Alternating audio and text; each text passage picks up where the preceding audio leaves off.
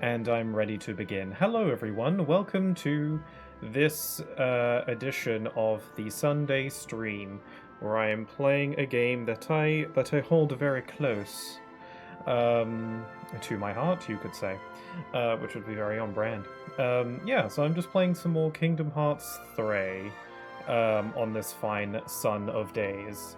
The reason why I'm doing this is because I already have a playthrough lined up for Sunday, but I can't actually start it until next week, so I just had this 1 week where I needed to just do a one-off, and I've been doing a casual playthrough of Kingdom Hearts 3 every now and then, so I thought I'd just continue with this. By casual playthrough, I'm essentially just playing through the game somewhat quickly, but quick for my standards. I'm skipping through some of the cutscenes, or most of the cutscenes, and I'm just kind of playing to play the game and get through it in like a fairly brisk pace. I originally started this playthrough back in January to celebrate this game's 7th anniversary, and it was just going to be a one-off back then, where I'd just play it and see how far I could get. That was like the whole point of me playing it quickly, is just to see how far I could get in a single stream. But then I kind of just decided to keep going with it, and now this is just kind of now I'm just kind of coming back to this playthrough every few weeks to just make some more, just to play it some more. So, and seeing as how I've got this 1 week where I got to have like a one-off stream, I could have done many other games as a one-off if I wanted to, but I'm pretty far into this playthrough at this point, even though this wasn't supposed to be a full playthrough. And I don't like leaving playthroughs unfinished, so I figured I'd just go ahead and play this. And I like this game. It is my favorite game. So that is where we're at. Also, hi there, buddy. How you going? How's it doing? Oh look, something key and or X featuring pickle or alternative flicks, or some would say, wouldn't they? Yes. A little bit. Hi, hey, I hope you're doing alright. Thanks for those little Chirithy bongos. Love a little bit of Chirithy. There's no better day to bring forth true darkness than on the brightest day. Kingdom Hearts will be mine, Xehanort probably. I was about to say, did he actually say that? Because I don't recall. It sounds like something he would say. Hope you're doing alright though, Gloomjaw. A happy Sunday to you. Everyone's had a good week. And yeah, we're just gonna make some progress. I think when last I left off, I think I finished Arendelle, so we'll be going into the Caribbean today. That's exciting. That's nice. I like that world. It's fun. It's good stuff. So I'm gonna just like shuffle through my keyblades. What keyblade should I use? Maybe Crystal Snow. I'll keep Wheel of Fate since we're going into the Pirates world. Let's do Shooting Star as well.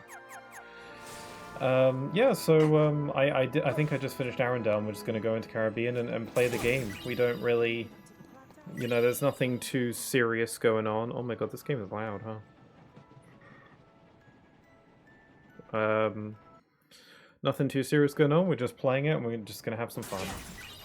Actually, I'm going to test the volume to see if it's too loud. Oh, I can't use magic here, hold on. Can't use magic when in the civilization. Okay.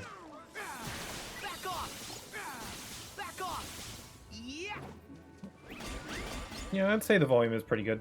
That didn't seem too loud, and that's like striking thunder on a bunch of stuff is about as loud as it's probably going to get, so... yeah, the volume should be good. But let me know if you'd like me to lower it or increase it or whatever. Let me know if it my main concern is that it's too loud and it overpowers my voice and it's hard to hear me. So if that ever happens, let me know. No one ever really points that out though when it does happen, so it's probably usually fine. Or I'm just too overly sensitive to it and I notice more than other people. Which is likely. Also, hi there Mackerel, how's it going? How you doing? Hope you're finding the Discord server pleasant enough. It's very simple, but I kind of like it that way. Yeah, so let's move along. In other news, in my previous stream that I did when I was playing Pokemon Mystery Dungeon, I mentioned how my TV broke, and it's still broke. it's still broke.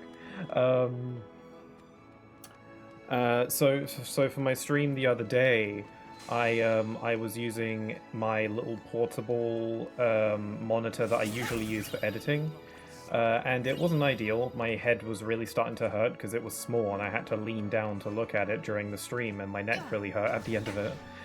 Thankfully, I did order a new monitor and it arrived yesterday, so I'm using it today, and it's pretty good. It's the same resolution as my old TV that broke.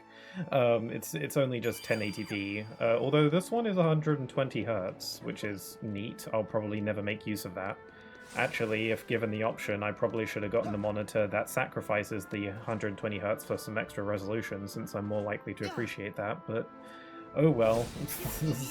This is better than my TV that broke by a mile. Because it's like it's a lot smaller than the TV that broke.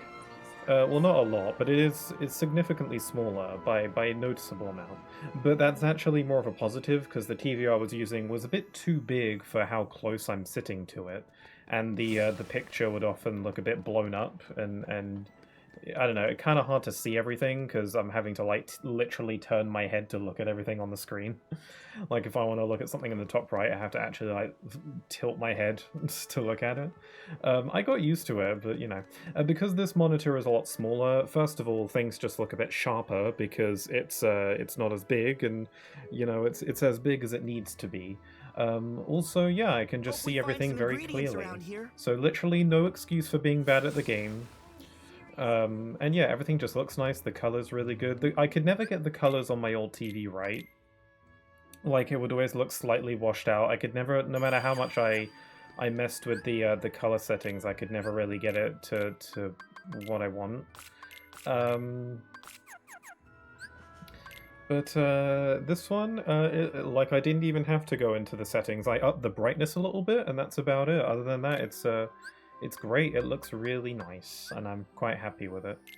I didn't like having to pay for a new TV or a new monitor because I was saving up for a storage disk. So that's gonna have to wait. But oh well. Also, hi there, Solstix. I did notice you popping in. Hi, how you doing? Also, you're drawing. Cool. Do you mind if I ask what you're drawing today? You don't have to say if you don't want to. Also, the server is nice. That's good to hear. It's very simple. I don't have anything crazy on there, but you know, we have fun chats sometimes, and I like to post updates on my streams and my videos. So it's got stuff. There's stuff on there. I'm drawing me / my Sona. Cool.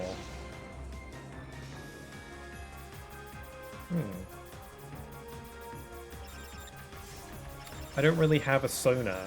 Not really. Well, I guess I do. I guess if you count my avatar that's on the stream right now, but that... I don't know, does it count as a Sona because it's literally just me in 2D drawn form? Otherwise it is just supposed to look like me and be me. I don't know.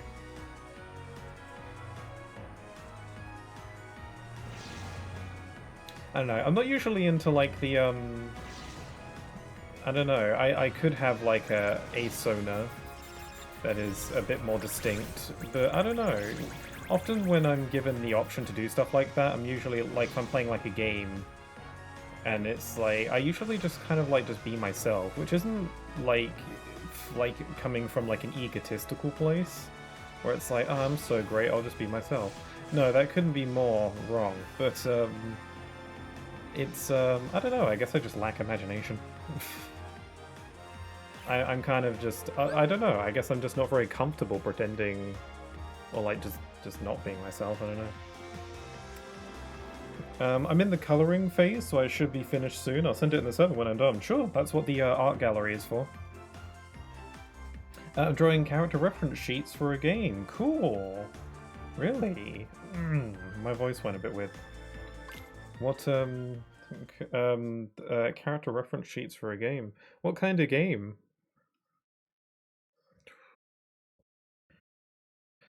Okay, so we're going to be pirates now. Yo-ho and whatnot. No, the scene is long. Oh yeah, we're going straight into the Chase the Black Pearl minigame, aren't we? Oh no, okay, this counts as a separate cutscene. Yeah, so I'm just playing the game quickly. I'm going to be skipping around the cutscenes here and there.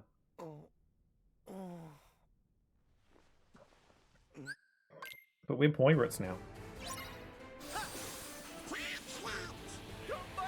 I was thinking about it before starting the stream, but I was kind of hoping that this game would get like a current gen re-released version, like not a full-on like I don't like want to need a remaster of this game or anything like that, just like a PS5 version, a PS5 port.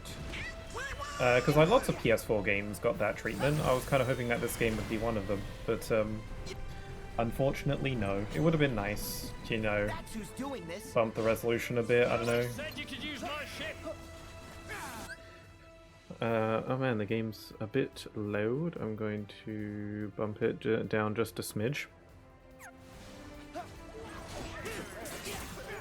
Yeah, because I'm playing on critical mode, by the way, and because I'm skipping, like I'm trying to go fast and I'm skipping around a lot, I'm probably a bit under-leveled. So I could very easily die if I'm not careful.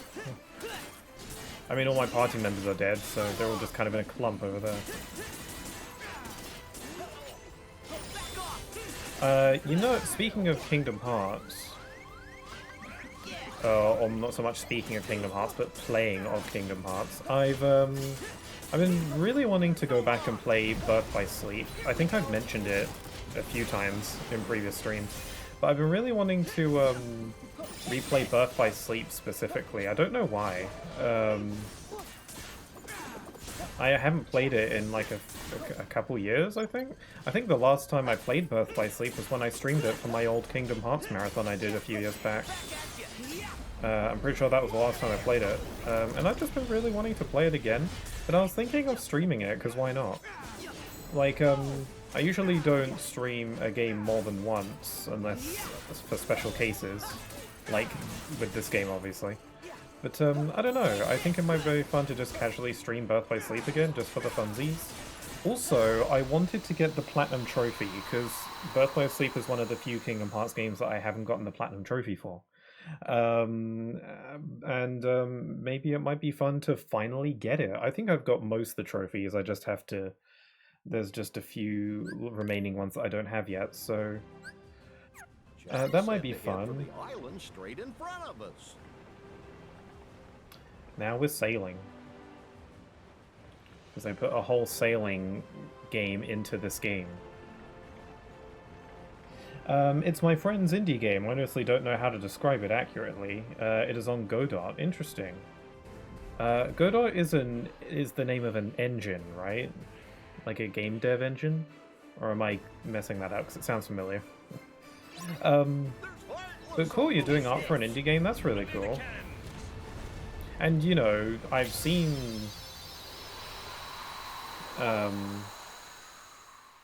I lost my train of thought. But yeah, doing art for an indie game, that's really cool. Hope it goes well. Yes, okay, yeah, I've heard of Godot.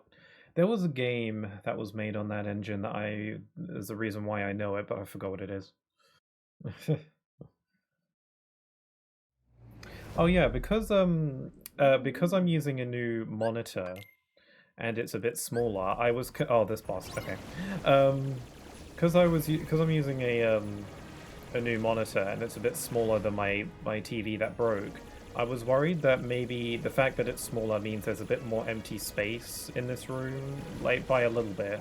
And I was wondering how that might affect the quality of my microphone in terms of, you know, what's the word I'm looking for? Acoustics? And, you know, just like echoey because there's like more dead space. That's very unlikely to be an issue because this monitor isn't that much smaller. But just in case, I had a few extra acoustic foam panels stored away in my cupboard. So I took those, I only had like 4 extra ones, so I just took those and plopped them behind my screen. So that maybe, even though it's unlikely to make any real difference, just for my own peace of mind, because I tend to worry, I thought I'd plop those in there, just in case. Oh my god, I'm going to die. Just so I can read the room a bit, is there any Kingdom Hearts fans in the chat? I know at least a couple of you are, but sometimes it's hard to keep track of who's into it. So I'm curious. And if you're not a Kingdom Hearts fan, fix that. I'm kidding. You can like whatever you want. And Lord knows I'm aware that Kingdom Hearts is not for everyone. It is incredibly for me though. So my 6-year-old laptop is hanging on by a thread. It's lagging so bad right now. I just want to finish this one drawing. Is it maybe like a part? Like a specific part that you can replace maybe?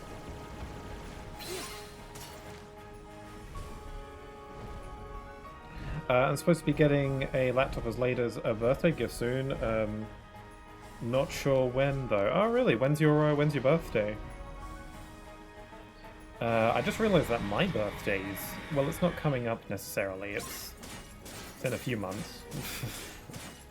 I was thinking of doing something a little bit special for my birthday this year, though, because I always spend my birthday on my own, because I'm not really a party person, and I am terrible at making plans, because I kind of just, like, panic about it and stuff like that. I thought about doing something that's more, you know, in my wheelhouse, but still a little bit outside my comfort zone. Since I've been getting better with stuff like that, I was thinking of maybe hosting, like, an Among Us evening on my Discord server, and then people on the server can play if they want. I was actually thinking about doing that last year, but I got cold feet and called it off. I didn't like announce that I was going to do that. I was just like, there's a chance that I'll probably wuss out, so I won't say anything. But this year I'm feeling a bit more confident and like to give it a go. I want to play, but I haven't. I mean, Kingdom Hearts is relatively easy to get into in terms of like getting the games, because they're all in collections, you know, you can get a lot of bang for your buck with them. I don't know anything about Kingdom Hearts other than there's Disney characters. It's like a Final Fantasy Disney combo with like original plot and characters. It's a lot of fun.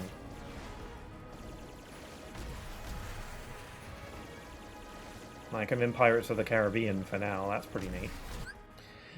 It's just the laptop itself that's broken. It fell off my old loft bed many times, and I'm surprised it's still running with how damaged and cheap it is. Yeah, that'll do it.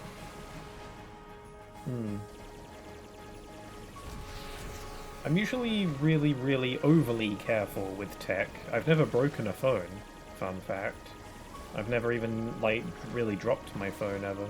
Actually, no, I have dropped my phone before, but it's usually when I'm already on the floor, so it's only, like, drops, like, a little bit. Not enough to damage it, really. I can relate to birthdays being a struggle. Really? That's good to know, because I feel like it's a weird thing to struggle with. I mean, obviously, like, the obvious thing that people struggle with birthdays is just the idea of getting older, but, like, outside of that, I feel like I should do something significant, but like, I don't know what I want to do, because all I really like doing is just playing games and hanging out. So there's not really much I really want to do, so it's hard to say. I remember my 21st being a big issue, because everyone kept on talking about how it's like, oh, it's a pretty significant one, you gotta do something special, and I was like, I do? I was just kind of like, I have to do something special? I don't know what I want to do. It was like, and then it kind of just became more of a nuisance the more I thought about it. Like, the idea that I had to do something significant. I was like, there's nothing I want to do. So I thought I'd try something different for my birthday this year and host like an Among Us tournament, an Among Us evening on my Discord server, and then we can all hop into a voice channel and play some Among Us. I've only literally played Among Us one time, so it's not like I'm an expert in the game or anything. But I'd like to. I've always wanted to play more of it. I just didn't really have anyone to play with. So So yeah, we'll have to see about that. And you know, Among Us is goes on sale all the time. It's not very expensive, and also it's available on everything, and it's cross-play compatible, so you can play with people regardless of what version or what system they have it on, which is cool. I think you can even get it on phones, and it might be free on mobile. I'm not sure. I don't recall. Let's get some Ratatouille. My birthday is March 16th. Oh, wow, that's like already happened. It's already been. Oh, you said I'm supposed to be getting a laptop. Okay. So you should hopefully be getting a new laptop soon. Let's get a Nirvana for Donald. And let's get some stuff for Jack.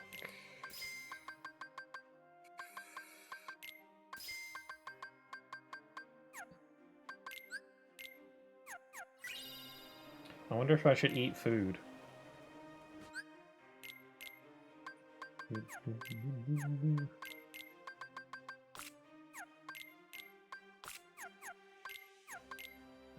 I'm only careful with my drawing tablet. I treat it as my baby. Yeah, that makes sense. I mean, you need that thing, yeah?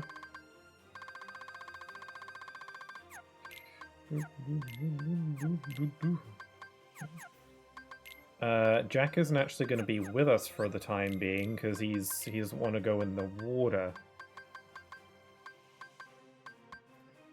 Let's see. Dark Anklet. Mandara Trinket. Nah, I'm good. Buster Band. Switch out some of this stuff.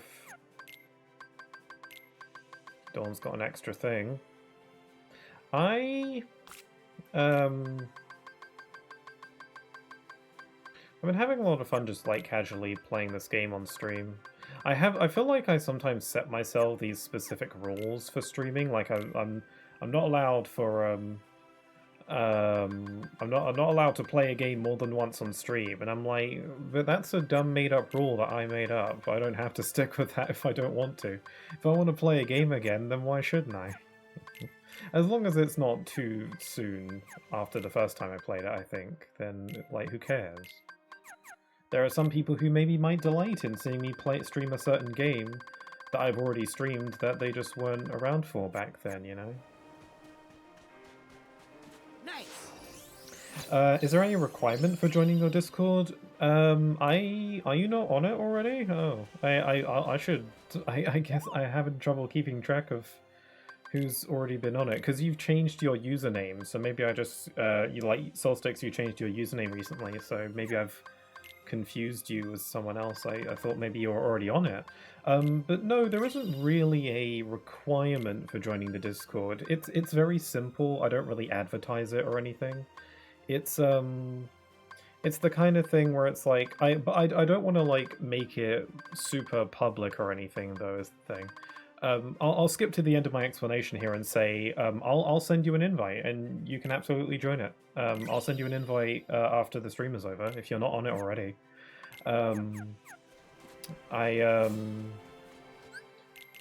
Yeah, so keep an eye out for it. I'll send it to you through Twitch Whispers or you know other means if that's no good. And yeah, you can absolutely be on it. We'd love to have you.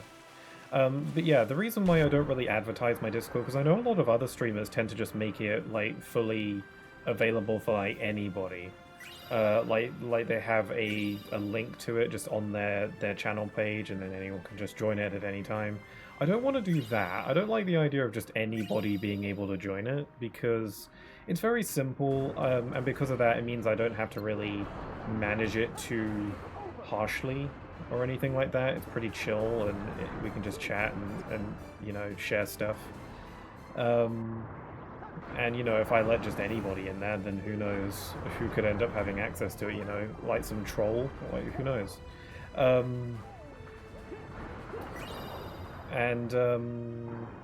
Yeah, and I don't like the idea of just anybody being able to join it. It just seems kind of weird. So usually and I have seen some streamers make it so that it's a so that joining the Discord is a sub incentive. So if you subscribe to the channel, then you'll be able to access the Discord. I've seen some channels that do that, and I might do that in the future if there's ever a instance where a lot of people want to join it. Then I could make it a sub incentive. It would only be like a one-time sub though. You only have to sub once and then you're in it for good. This is all hypothetical though. So usually if you can call it a requirement, honestly, if you how do I say? If you imply a certain amount of enthusiasm for joining a Discord server that I own, for joining my Discord server, and you know you've hopped into the stream a good few times, and you know I like you, then I'll probably just throw an invite your way. It's not you know, there's not like a strict rule to it. It's just kind of like, hey, if you've been here a few times and you like my streams and I like chatting with you, then you can join this server and it's all cool. So yeah, that was a very long-winded way to get to my point. Yeah, I have a couple friends who have Discord servers, who are also streamers, and they're very open with their servers, where it's literally they just put a command into the live chat, and then it pops up with the Discord link, and then they can just join it. And like, if that works for them, that's great. But I wouldn't want to do that, because then who knows who could have access to that. Bots even could have access to that. I don't know. I guess if you've just got like a very open kind of personality, I guess. Also, alright, neat. Yes, I was never on it. Okay, well, I'll have to remember to send you an invite at earliest convenience. Oh, you got an ad. Sorry. Yeah, yeah, so like I know a couple people who have like their Discord be very incredibly open. You can just join it whenever you want. There's no requirement. You just join. And yeah, I just don't like the idea of doing that. If you've got like a very open personality and you're always down for meeting new people, and you know, you're just kind of very chill with it, then I can see why people would want to do that, because then you could just like meet all kinds of new people. But considering how nervous I am around meeting new people, and I'm very anxious and nervous a lot of the time. It's just not really, it's not my way. But I've been getting better, really. I mean, I was saying just now how I'd like to host like a Among Us evening, an Among Us game on my server. That would have been unheard of like a couple years ago. It would have been too much for me, too nerve-wracking. I wouldn't be able to do something like that. But I've been getting so much better. And I'm quite proud that I'm a little bit, like, I haven't done a 180 by any means, but I'm a little bit more comfortable with these things. Or at least I'm a lot more willing to try. Yes, apologies for the ads. I know that Twitch ads can be really irritating. More so than YouTube ads. I feel like Twitch ads are way more intrusive and long. At least, you know, you're able to get rid of them. There are like ways you can get rid of ads on Twitch, but you know, you have to pay for that stuff, which is annoying. Yeah, ads on Twitch are annoying. Get like a bunch in a row.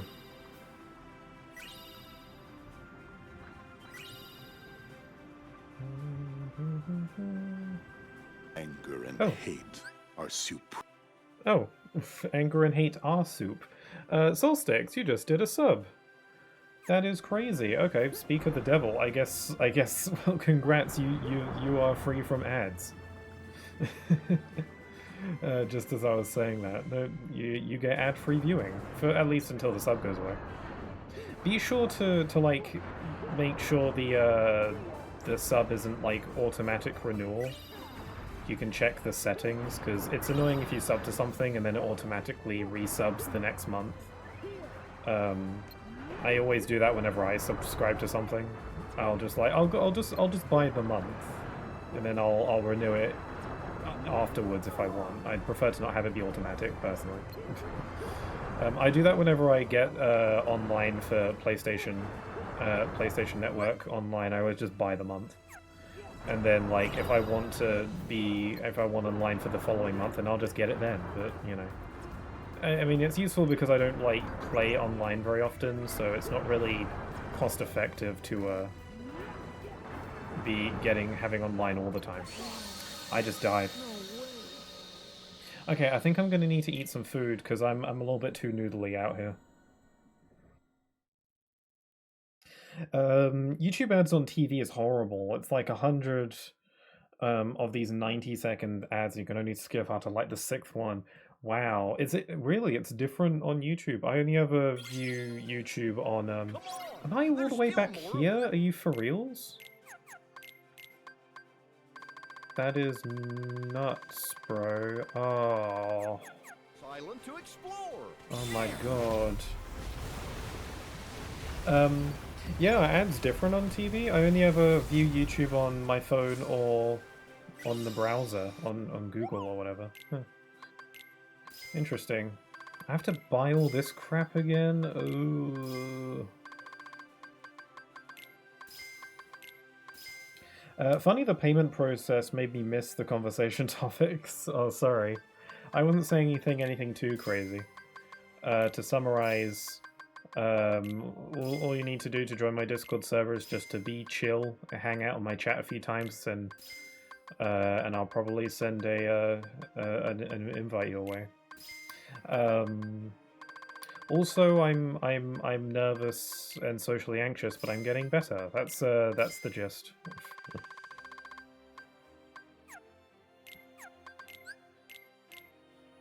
Okay, let's see. Synthesize this AP boost. Also, you've got a snazzy bronze crown next to your name. Now that you've subbed, very snazzy indeed.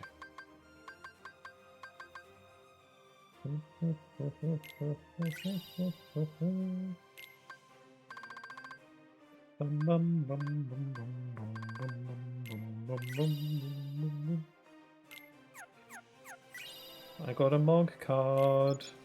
Okay, now I gotta re-equip all of this baloney.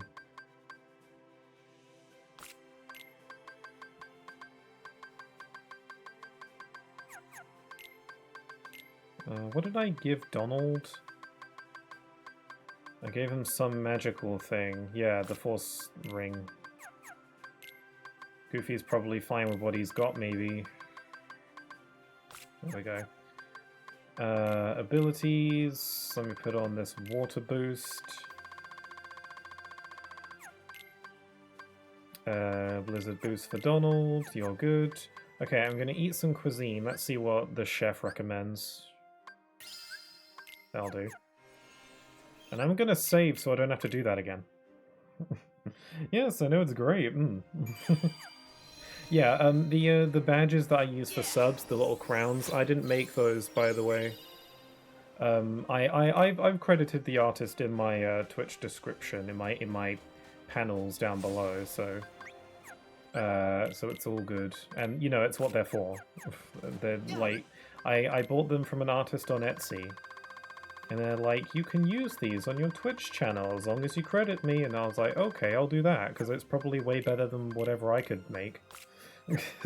Because I used to make my own, like, crappy little crowns for the Twitch badges. And one day I was like, these look awful, and I want to change them. But I don't have the artistic skills to do that. And I could ask my twin to do it, but I don't... I ask a lot of them as it is, so I don't want to do that. So I was just like, maybe I could just like buy some somewhere. And then I looked on Etsy, and there was like an artist who makes Twitch badges, and I was like, oh, they've got Kingdom Hearts ones. And that is the end of my gripping tale. Not that anyone asked. Well, so hi there, Okami. How's it going? How's it going?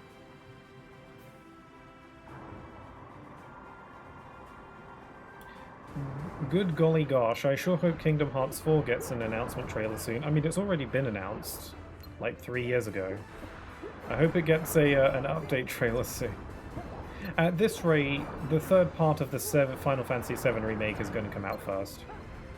As nuts as that is to think about. You know what, I'm kind of good with it though. I mean, Final Fantasy VII, I've been absolutely adoring the Final Fantasy VII Remake trilogy, and I've never even played the original 7. But I've been loving it, and honestly, it's been a really good tide over for the Kingdom Hearts drought. You know, it's filled the void very, very nicely. Like the 7 Remake trilogy is some of my favorite games now. I am thinking if maybe I should play the original 7 at this point, because I feel like the further into this trilogy we go, the more it feels like I probably should. If I were to stream Final Fantasy VII, like the original Final Fantasy VII, the PS1 game, would anyone be interested if I stream that? Because I might be more motivated to finish it if I streamed it. Because I have attempted to play it a couple times in the past, but I always get a couple hours in and then it kind of loses me. Not because of the story or anything. Like, I love that stuff. It's just maybe like the presentation and maybe like the combat system that doesn't get me. But I don't know. I'm willing to give it another go. And I might be more motivated if I streamed it, you know. So I don't know if anyone would be interested in that. I could do that in preparation for the third game in the remake trilogy. Okay, I'm finally back to where I was. Okay, this is something I really want them to address for Kingdom Hearts 4. There needs to be more checkpoints, because good golly gosh, the fact that you get sent back to the beginning of the area when you die in this game, it can be incredibly frustrating. Because like being sent back to the beginning of the loading zone or the area worked well for previous Kingdom Hearts games back when the areas were relatively small. Because, you know, they couldn't have all the area just loaded in at once. The fact that this game can is great, and that's great that there's less loading zones in this game, but because it still keeps the, you get sent back to the beginning of the area when you die, it means that you get sent back really far. And I really think that, I hope in Kingdom Hearts 4 they address that by just adding more mid-area checkpoints. I mean, cutscenes count as checkpoints, so if there's a cutscene in the middle of an area, I'm pretty sure that acts as a checkpoint, but which is nice, but, you know, that's not always the case, is it? It's a bit inconsistent, so, yeah, they need to get, like, a solid, like, checkpoint system going on in KH4, I think.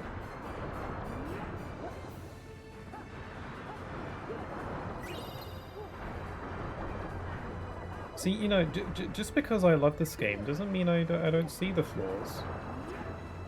You know, this is still my favorite game regardless. You know, you know how something's your favorite if you can criticize its flaws, but you still love it anyway. It's that concept about, you know, like finding the beauty in things that are flawed, and you know the good stuff within those flaws, you know. Yeah, definitely. I'm doing good. Finally fixed my PC. That's great. I remember you were worried about that. That's great. I'm glad it's working. Yeah, that must be pretty nerve-wracking. Gaming wisdom this is, yes. I've noticed that I don't really like to be too negative about games.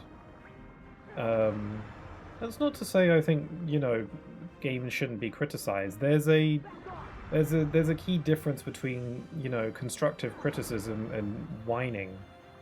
And unfortunately, I feel like a lot of the internet is filled with whining. But yeah, there's a key difference, you know. I don't like to be too negative when I talk about games. I usually like to talk about the positive stuff, but I'm trying to be at least a bit more fair in regards to, you know, pointing out the stuff that I think is flawed, but in a way that makes it clear that I'm not just you know, complaining for the sake of it. You know, I want to like I find game design interesting, and I like to talk about it. And usually when I do critique something, I usually like to think about why it is the way that it is, or why they designed it a certain way. Or maybe come up with a better alternative. I'm working on a video about Sonic Generations. It's my first video where it's essentially a review of a game, or a retrospective, whatever you want to call it. I don't want to call it a review, because that makes it sound professional, which it very much is not. It's literally just saying what I think about it. Which, I know that is, by definition, what a review is, I guess, but I don't want to call it that. But it's my first video where I'm talking about a game in its entirety. And it's a little bit nerve-wracking, and I feel like, and especially because I'm talking about my genuine thoughts about the game, not just like pointing out stuff. I'm also trying to like be more analytical and saying what I think about it and what's good and maybe what's maybe not as good. And I don't know, because I'm being more opinionated than I usually am in my videos, I'm worried that I might bother people with some of my takes. But I highly doubt my takes are really all that hot. And usually when I do say something like that, I guess I'm also worried that people will find me overly positive about the game. I don't know. But I feel like I'm trying to be fair. Like, you know, I'm trying to say, you know, this stuff is fine, but it could be better if it was like this sort of stuff. I don't know. Also, Macro, you're deemed to hydrate. I'm feeling very hydrated in this underwater section. Oh, I didn't realize my phone was at 5%. No wonder it was lagging so bad. I haven't allowed my phone to go under like 15% in years. I often just keep it charged even if it doesn't need charging. As long as I have a cable next to me, I might as well, you know. As long as it's constructive, there's absolutely no problem. Yeah, I'm pretty sure that almost everything I say is constructive. Like, when because I don't even critique stuff all that much in the video, but when I do, I usually give my explanation as to why I think about it, and what I think could be better, or why I think they designed it that way. So I can at least understand the developer's point of view, and get their point of view across. As an example for something in the video, the only reason I'm bringing this up now is because I was editing the voiceover for it the other day. In Sonic Generations, in case you've never played that game, the game uses what we call the boost formula, where in the game, by holding down a button, Sonic will like run super duper fast, and also like bulldoze through enemies and stuff as he goes. But, you know, it's limited by a meter. And in Sonic Generations, this meter fills up by collecting rings. I point out that I really like that the boost meter refills with rings, because in other Sonic games it refills with a more finite collectible. And I point out how I think the ring method of refilling your boost is a lot more better design-wise, because it gives rings a bit more value. And also you're trying to get rings most of the time anyway, so giving rings an additional purpose, again, it gives them more value, gives you more reason to want to go for them. Which I think is better than previous games where you just they just kind of give you boost refills, like, and they're like really difficult to miss. They're just kind of in the path and you get them. And I'm like, I think the ring method is better because of this and this and this. And it's not like I say that the older method of refilling your boost is bad, I just say it's not as good, in my humble opinion. So that's kind of like the level of critique I'm doing there. It never really gets any more harsh than that. And that's not really all that harsh at all when you think about it, so... Like, that's kind of like the vibe I'm going for.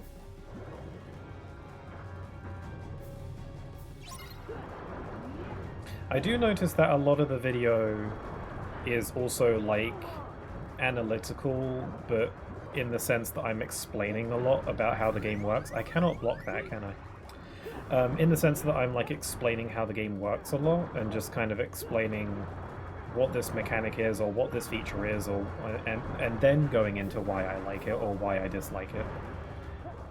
So it's a lot more instructional, I guess, but I kind of like that sort of thing, especially because one thing about my videos that I like to do is make sure that they are approachable, and you know, anyone can view them and understand what it is.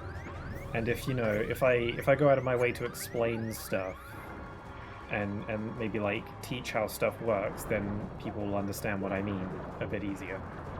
I want my videos to be accessible, even for people who've never played the game and don't know anything about it. So that's my vibe.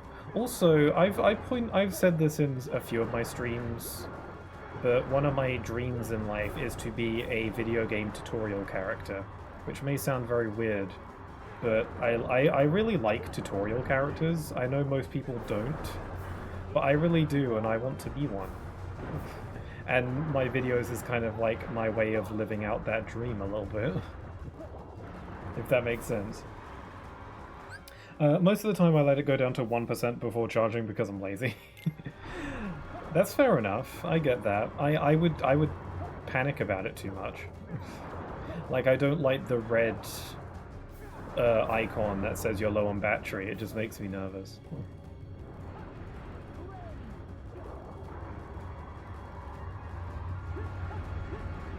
I'm not super fond of this boss, but it is just a mini-boss. And the music is nostalgic. It's you know, like the KH1 music that they also use for that Ursula boss where she laughs a lot. And hey, it makes sense that this fight is underwater. They want to make the most out of the underwater combat system, I get it, so make a boss for it. There we go. I was about to say that you reminded me of a tutorial character, like the Navigator in Persona.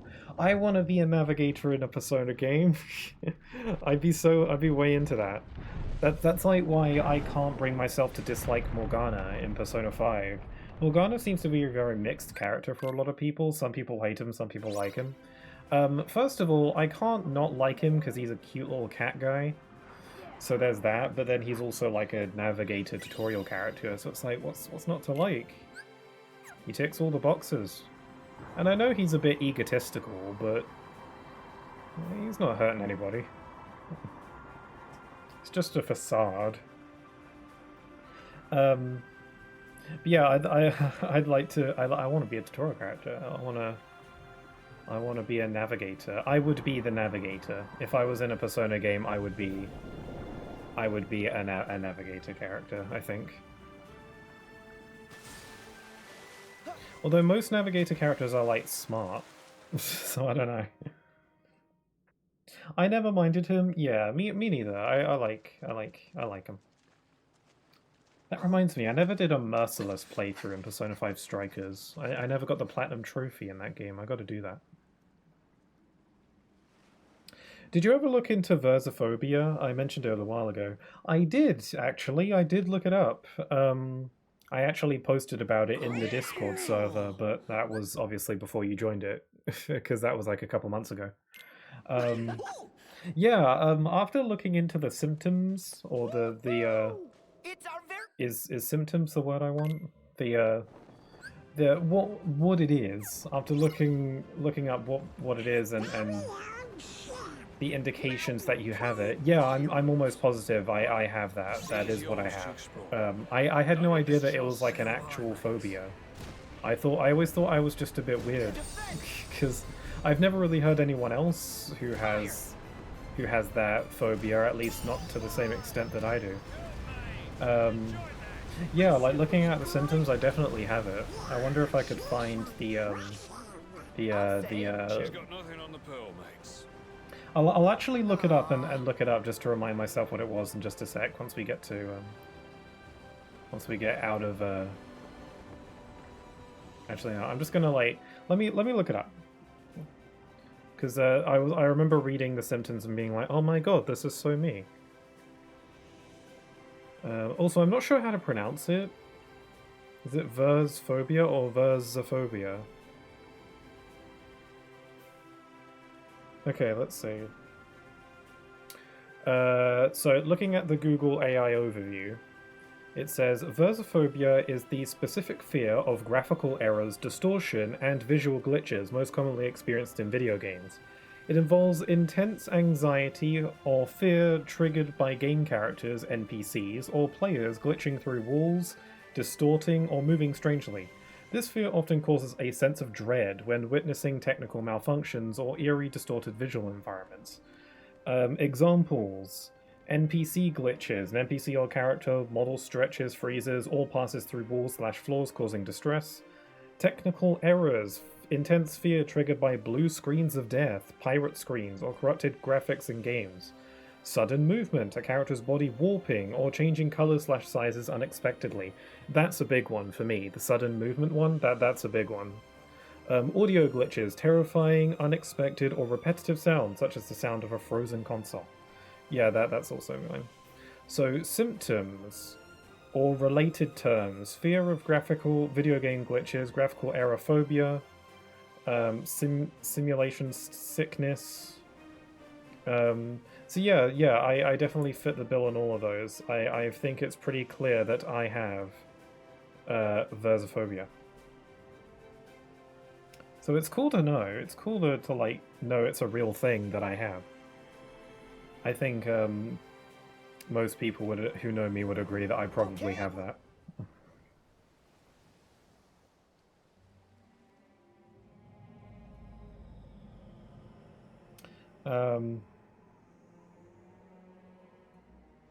Yeah, you only discovered it like right before I mentioned it to you. I thought it was just weird too. I pronounce it like versophobia. Yeah, that's what I think it is too, because versphobia sounds weird. That ship. God, this game is freaking pretty. But look, this time there's somebody aboard. We have our own ship. Cool. Which character? Which character? We're dealing with one of my favorites. It's this guy. Harley! Barley. Of course. It's one of my favorites. It's Luxord. I always thought his name was pronounced Luxord. It wasn't until this game. This game was the first time they ever pronounced his name in a voiced cutscene. So until this game, I always thought his name was Luxord, when it's actually Luxord, which took some getting used to. You pronounce something one way for years, and then you find out that you've been pronouncing it wrong that whole time.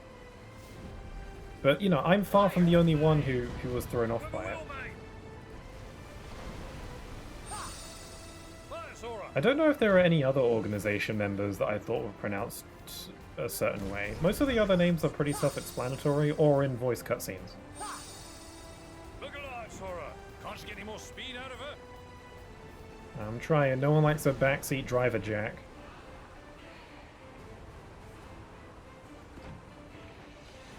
I must admit, the sound of the Wii freeze freaks me. I don't remember if my Nintendo Wii ever froze much. I think any console freezing doesn't sound good because it's like that buzzing sound, like the bzzz. Like, yeah, that stuff like that is freaky. Look alive, Sora. Can't you get any more speed out of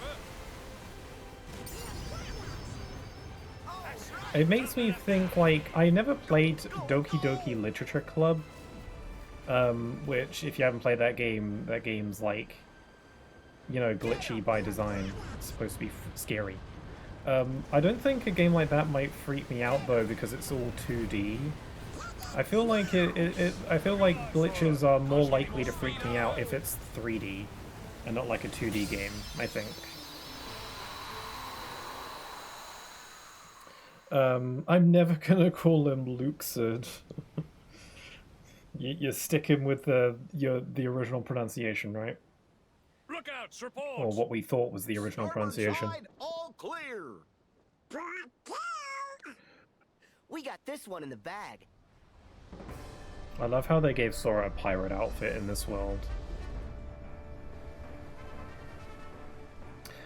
Fun fact, this is one of my favorite boss themes in the series. I really like this music.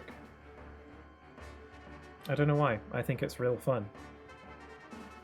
And even though it's reused from Kingdom Hearts 2, when I heard this music here in my first playthrough of this game for this fight, I was like, oh my god! Even though it's reused, I'm just like, oh yeah. This game just likes to bring in music from all over.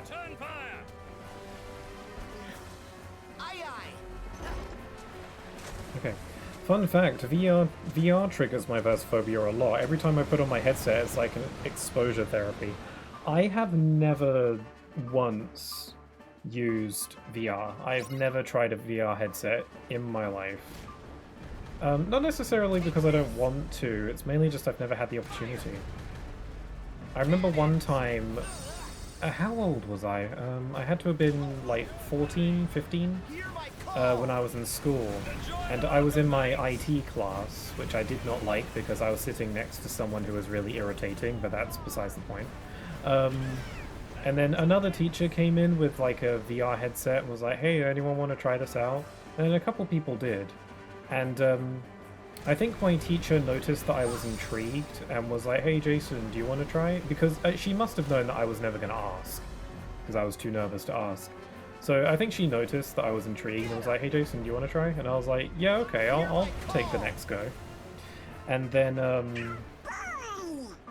I didn't get to have a turn. Because the class was over before I got my chance. And that was the only real opportunity I ever had to try VR out, and I've never had another one since. It doesn't help that VR is just expensive, you know? It doesn't seem worth the money for me. Like, VR is cool, but not for the amount that they charge for it.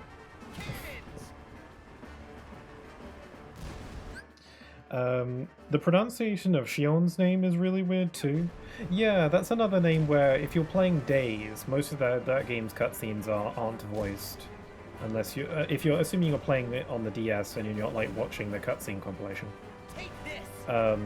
So hearing her name pronounced for the first time was weird, because I thought that it was like Zion or Zion.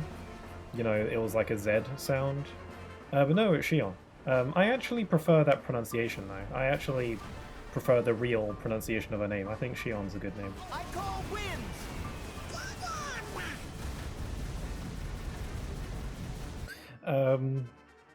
The game I'm developing is more or less about BSOD. I am not sure what that stands for. Sorry for my ignorance on the subject. BSOD.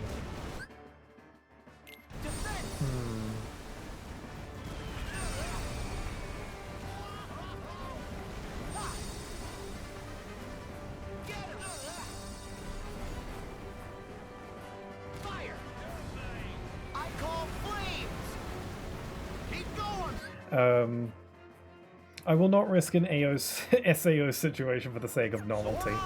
Yeah, that's what I always describe VR as. It feels more like a novelty. Not something that could ever, like, replace traditional gaming. Who knows, maybe someday in the future, but the fact is that people get motion sick from that. Some people can't use VR.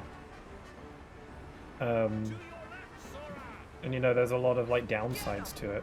There are a lot of really intriguing video game experiences that can only be done in VR though, so it certainly has its place. I wouldn't want it to go away, but it's too expensive, and you know, it's for what you get out of it. It's not worth it for me personally. I'll tell you what though, I've always wanted to play Beat Saber. Beat Saber looks like oodles of fun. That's like the only VR game I've ever really wanted to play. I feel like you don't even need to I don't think that game even really requires VR to work. I mean, it probably does, but like, I feel like there could hypothetically be a version of that game that's not in VR and it would work the same. Keep going, Sora. Blue screen of death. What, did you just get a blue screen of death? Oh, blue screen of death. That's what BSOD stands for, right. That's interesting. Like, is it kind of leaning into some horror vibes? Is it a versophobia game? I find stuff like that interesting.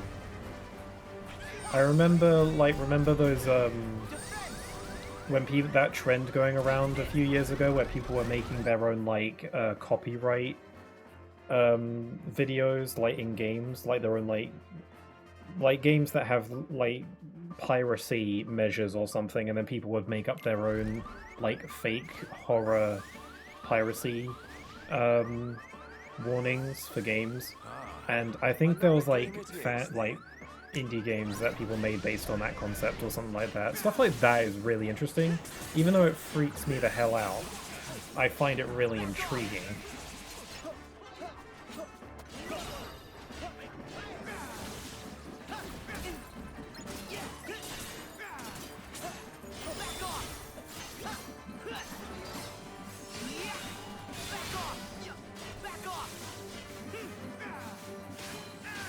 Gotta take out this pirate.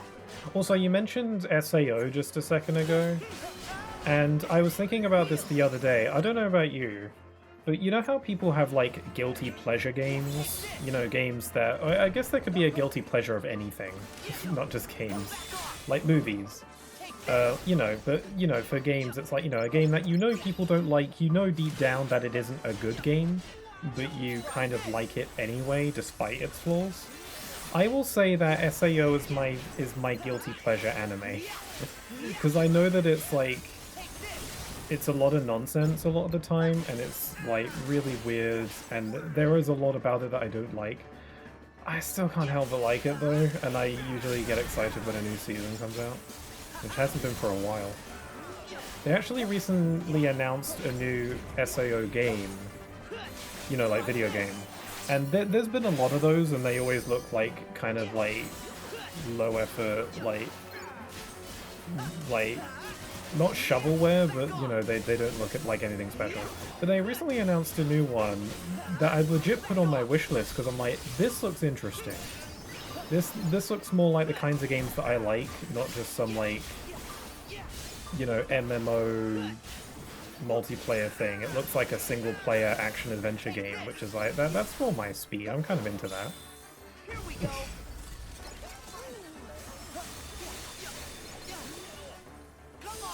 But, you know, I don't really watch a lot of anime, so you could argue that my standards are just really low because I haven't watched much anime. I was watching Yu-Gi-Oh! A while back.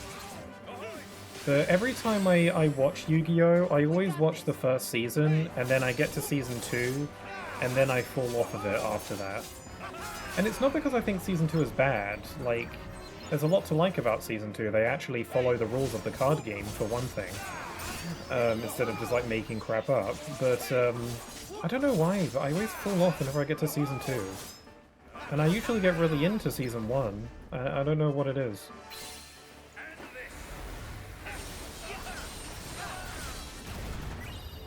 Maybe if I just, you know, push through a bit further, it'll pick up more. I think it's time for some backup. I need my little emotional support cat.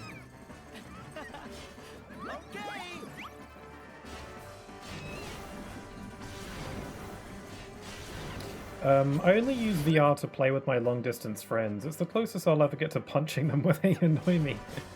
That's good. Yeah, so VR does have a little something for people. It has a little something for everyone if you look for it. It has its benefits for sure. Yeah, I wonder if I'll ever get my opportunity to try VR. I don't know what kind of game I'd want. I really just want to play Beat Saber. That's really it.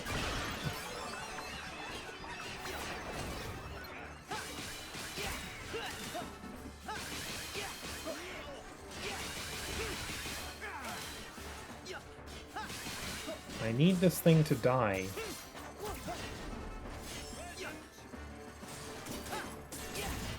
God, these things are bulky. Oh wait, I have Shotlock. Let's The kill everything attack. The doi.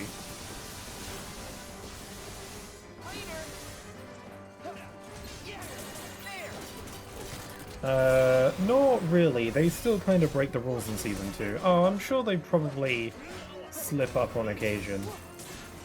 I've seen compilations of that, of like characters just breaking the rules casually. Mostly Yugi, surprisingly.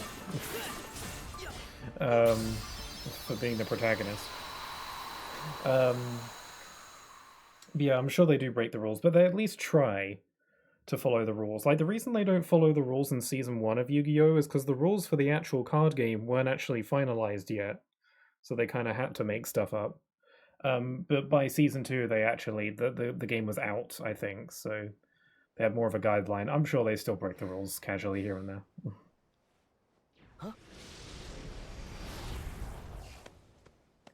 Magnificent. I salute you all, gentlemen. Luxord is so cool. Oh yeah, we gotta find all the crabs. We gotta find us some crabs. This is the real game killer for some people. This is the final straw, apparently.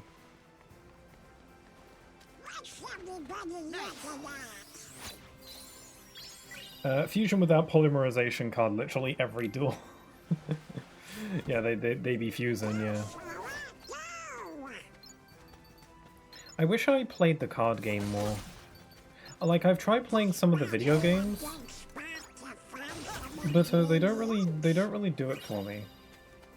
And I used to play the actual card game, like with the physical cards with my brother, but he lost interest, and no one else. I didn't know anyone else who wanted to play it, so yeah, it's a shame.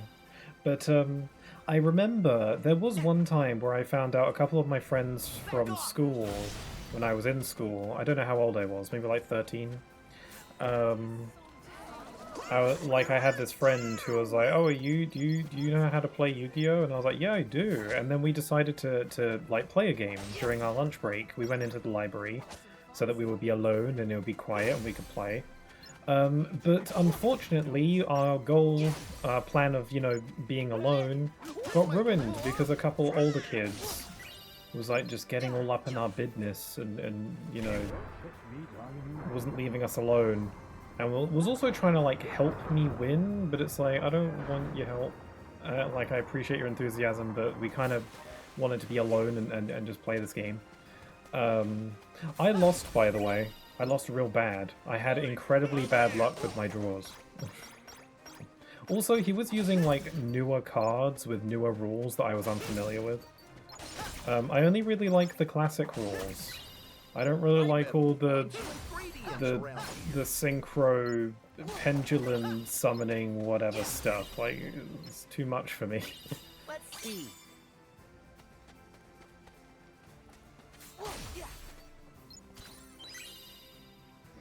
Does anyone have any songs stuck in their head at the moment? I get songs stuck in my head a lot.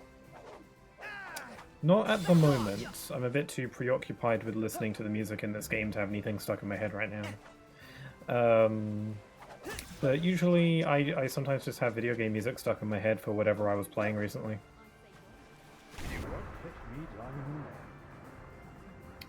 But do you? You're implying that you do. There's a technique for having a lot of crabs in prison. Oh, yes. Yeah, I should do that, because there's like... The weird thing is that during this crab hunt section, you can go to the prison, and you'll be able to fight a bunch of Heartless there for a bunch of crabs. And Heartless don't spawn there after this point. So after this crab collecting segment, you'll never be able to fight Heartless there ever again. It's just this one instance where you can. It's really weird. Which is a shame, because it's a pretty good, like, location. It's a pretty good location for fighting Heartless, so... Also, I should give Jack some stuff. He's a little bit noodly right now. I'll just give him some basic stuff. Jack just gets hand-me-downs. There we go.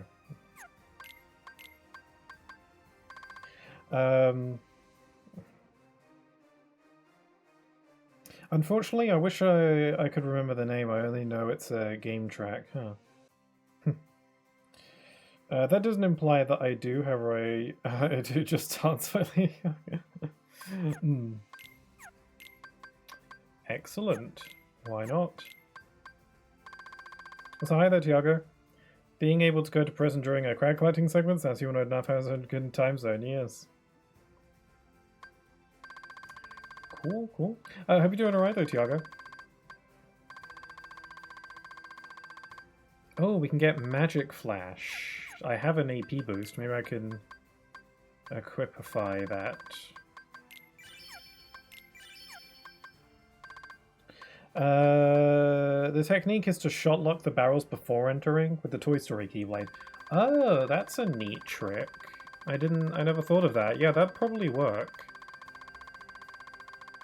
I could do that, yeah. Why not? Let's do it. Also, we got Thundaga. Let's equip that. I heard once someone pronounce, you know how, like, magic spells in Final Fantasy and Kingdom Hearts, it's like, you know, Thunder, Thundara, Thundaga? I once heard someone pronounce it Thundaga, and I was like, yuck, that is disgusting. Sounds weird. Okay, let's have favorite deputy. Let's have, I don't know, Nano Gear. And I'll swap out Kingdom Key with, let's have Starlight.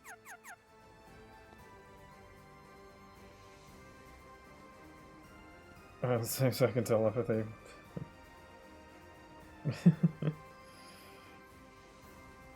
Tondaga is kind of crazy. Oh, whoops. The Heartless spawned, my bad.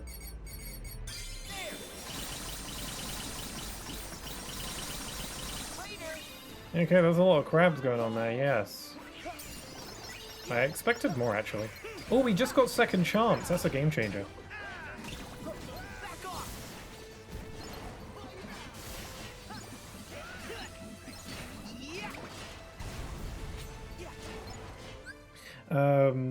In French, it's just Thunder, Thunder Plus, and Thunder X. Oh, really? That's odd. Interesting. Huh. I guess it's maybe easier to remember. I never knew that. That's an interesting fun fact. And the achievement from True Praises of the Sun. Yeah, I was talking about Yu-Gi-Oh! A second ago, and something that I'd really like there's I really want to play the game, but like as far as like the physical cards go, I don't have anyone to play with, and I don't think we really have them anymore. But they have like video games, but they don't quite do it for me. It's just kind of like, you know, aimless duels against computers or people online, and it's like, I'd really like a Yu-Gi-Oh game that has a story. I want like a story mode. That was bullcrap. I want like a story mode. I want like it to be like a single player, you know, RPG with a whole story and you know, a narrative and all that good stuff. Something for me to really like dig my teeth into. And there might be games like that, but I don't want to play one that's like really old, like on the Game Boy or something like that. Ew, what the crap? Oh, that's so weird. Look at that. Guys, a glitch has occurred. You see, wait, guys, there's a glitch happening right now. Like, if you look at Sora when he hits, he's using the drill, but I'm not in the drill form change. He's just using his regular attacking combos. Oh, I just messed it up, damn it. I went into the water and it fixed it. Oh man, I wanted to see how long that would last. I've never seen that happen. That's interesting. Visual weapon glitch, neat. Yeah, he was using the drill, even though I wasn't using the drill combos. That was weird. It looked kind of cool. Yeah, I wanted to see how long that would go on for.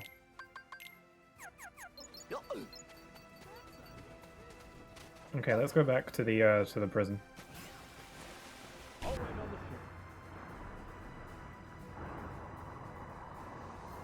I never understand the rules. What, of Yu-Gi-Oh? Yeah, it's infamously kind of complex. But I don't really understand the newer rules. I mainly understand the classic rules. Of like the original run. They you know, they just added more and more rules, and it's like, yeah, this is a bit much for me. I'd rather just stick with the basics. But yeah, it can be kind of convoluted.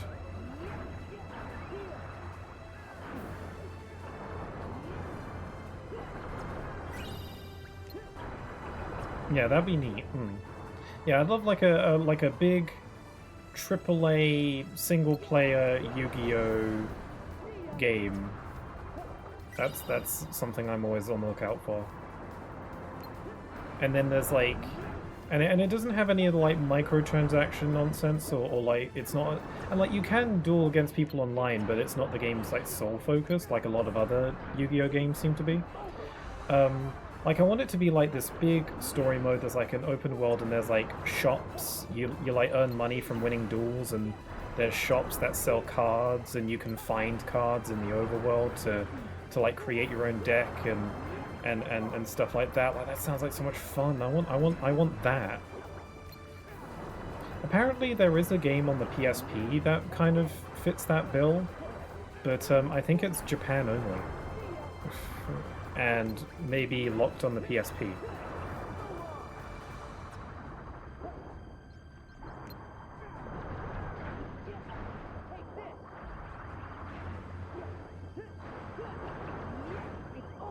Why am I underwater? Do I want to be here?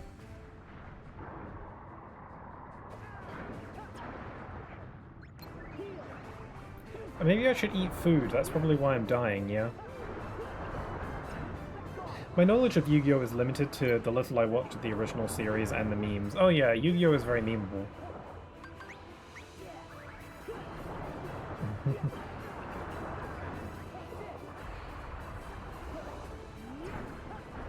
Ooh, Kingdom Hearts is on sale on Steam. Sorry, I just got a Steam notification on my phone that says Kingdom Hearts is on sale currently. At least on Steam. Second Chance, let's plop that on. What Keyblades have I got? Okay, my Keyblade's saved. That's nice. Oh, and let's have Magic Flash. Once I got the Kingdom Key floating in the middle of the area during the Keyblade Graveyard battle. Weird. I wonder how that triggered. It's always interesting to see glitches in Kingdom Hearts, because Kingdom Hearts is typically a very polished series. You don't really get too many glitches in Kingdom Hearts games. I should have eaten food. I was supposed to eat and I did not.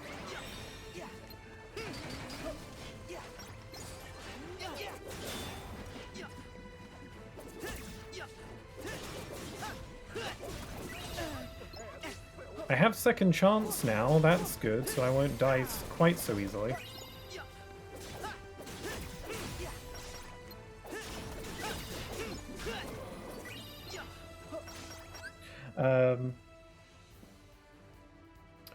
Also, why Jack never want to go underwater? I don't know. I think if I'd seen the movie, I'd probably know. I think it's a reference to the movie, but I'm not sure. I have a hard time believing that Jack just can't swim. Although, like, maybe he can't breathe underwater, because Sora, Donald, and Goofy can. But I'm assuming the reason that they can is because of magic, and maybe it just doesn't work with Jack, because he's from this world, and thereby has to adhere to the laws of this world. Yeah, it has to do with the movie? Oh, okay. My explanation is a bit more convoluted. Where is Kingdom Hearts 3 available? Sorry, I should Google.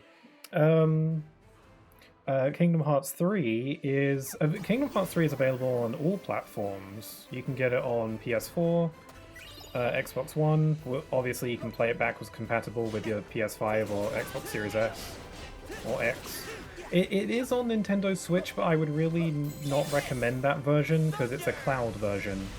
So, you know, it's got a lot of latency and stuttering. It's not a good version. I'm really hoping they make a Switch 2 version, because Kingdom Hearts 3 could run on Switch 2, definitely. But yeah, I would not recommend the Switch version if it can be avoided. And it is also on Steam. It's on PC both through the Epic Games Store and on Steam. And I just received a notification that it is on sale on Steam currently, so now's the time. If you've never played any of the other Kingdom Hearts games, I would recommend it, because otherwise you're going to be incredibly lost. that goes for anybody who's maybe interested. I would, you know, there's nothing wrong with Kingdom Hearts 3 being your first Kingdom Hearts game, as long as you accept the fact that the story is going to fly clean over your head. But you know, all the other Kingdom Hearts games are really fun. It's anything but a chore.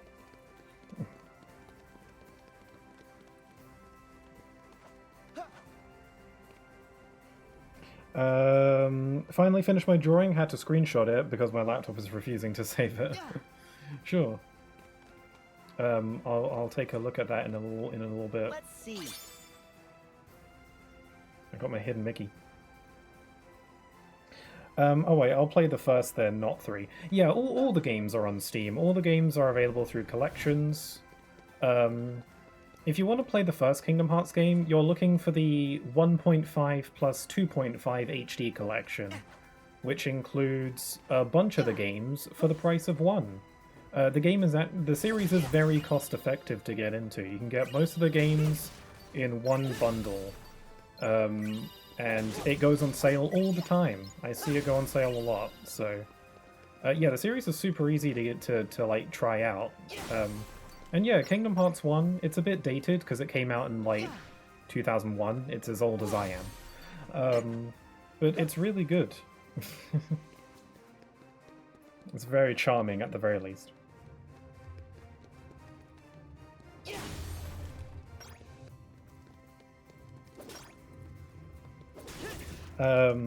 Actually, Sora, Donald, and Goofy can breathe underwater thanks to the woman you meet at the beginning of the world. Really? They can breathe underwater. What's her name? Tia Dalma? She's from the movie. I don't know much about her, so I haven't seen the movie. Without spoiling, at some point he got slapped by a curse, and the rules of the curse were that really bad things would happen if he ever went into the ocean again. Really? That is interesting. Okay, that explains why he never goes underwater. He never tells Sora the reason. He just kind of keeps it to himself. But then again, Sora never asks about it. I'm sure Jack would probably tell him if he asked. Because that's what I really like. I've mentioned it before, but I actually really like Sora's friendship with Jack in these games. Let's see.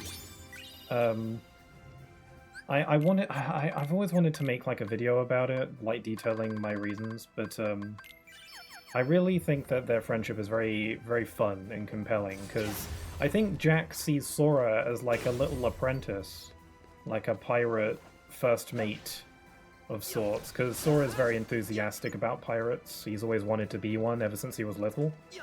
And like there's a bunch of scenes of Jack just giving him his piratey wisdom, and it's really cool to see.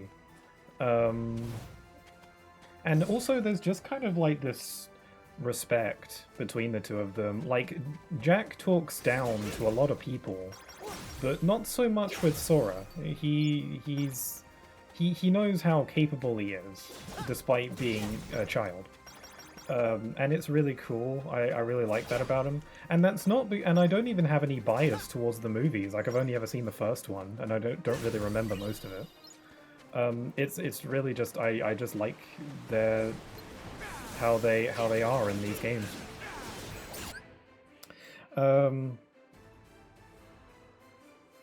So I'm assuming the KH version of Jack, even if you have him underwater breathing through magic, he wouldn't go in because the theory said of the curse activating. Yeah, okay, that makes sense. Cool. At first I thought it's because he couldn't swim. But for someone who's like always out in the ocean, it wouldn't make sense if he couldn't swim. So yeah, that is interesting. Take this. Here we go. I sent it to the server. I go now since I have to eat and stuff, but I hope everyone has an amazing day. Sure thing, Mackerel. Thanks for stopping by. Thanks for hanging out. And I hope you have a good rest of your day. Okay.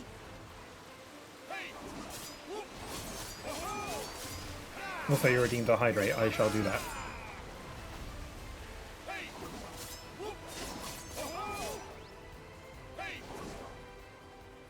Oh, we got away from the fight. Here we go. I've collected all the crabs that I need.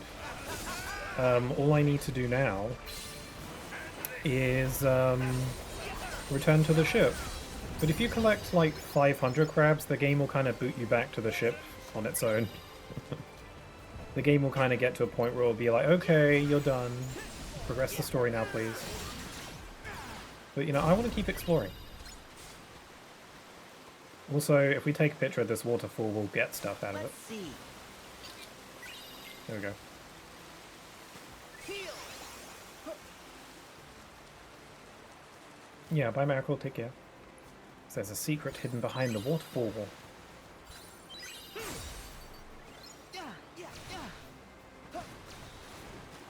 yeah. Yeah, Kingdom Hearts is a fun series. And I like it a lot. I mean, I grew up with it, I have a bias. I really do hope we see Kingdom Hearts 4 soon. I mean, obviously we know it exists, we've gotten an announcement trailer, and it looked really cool. And I just hope we see more of it. Soon.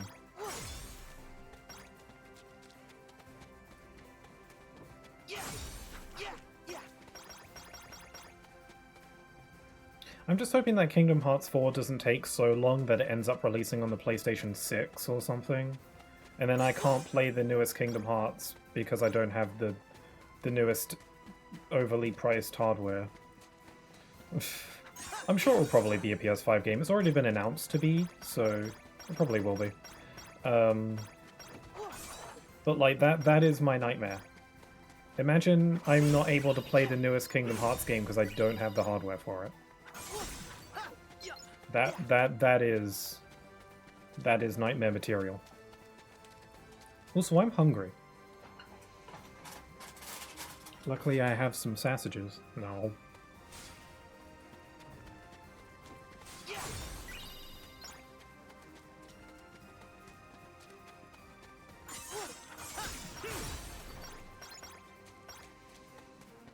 There's just people chilling. There's just people chilling in this town. I mean, Port Royal back in Kingdom Hearts 2 was so incredibly barren. There was like nobody around. Because, you know, I was on the PS2, so they couldn't have like a bunch of NPCs. I remember because Kingdom Hearts 3 was quite a graphical leap for the series.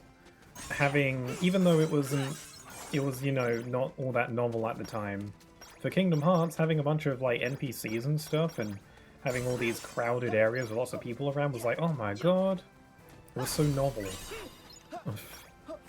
Because the series has never been able to do that before.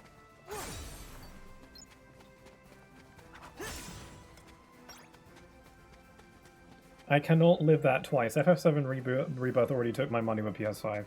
Yeah, FF7 Rebirth is PS5, not on PS4. I think it was a lot more expected though with that, especially because they did release the, you know, enhanced version of Part 1 of Remake, which was PS5 exclusive, and also it contained like the Yuffie DLC, which you couldn't get on PS4. That was kind of their way of like being kind of indicating to people like, yeah, this series is going to be PS5 exclusive from now on. Which kind of sucks for people who bought it on PS4 expecting the rest of them to be on PS4. But at least they kind of, you know, prepared people for that. I know. I think the PS5 is going to be around for a good while longer, so I shouldn't worry too much.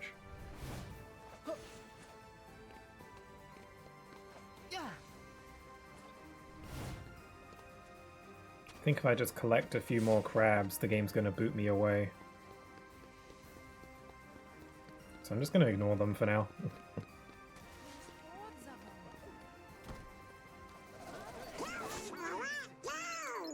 Wah.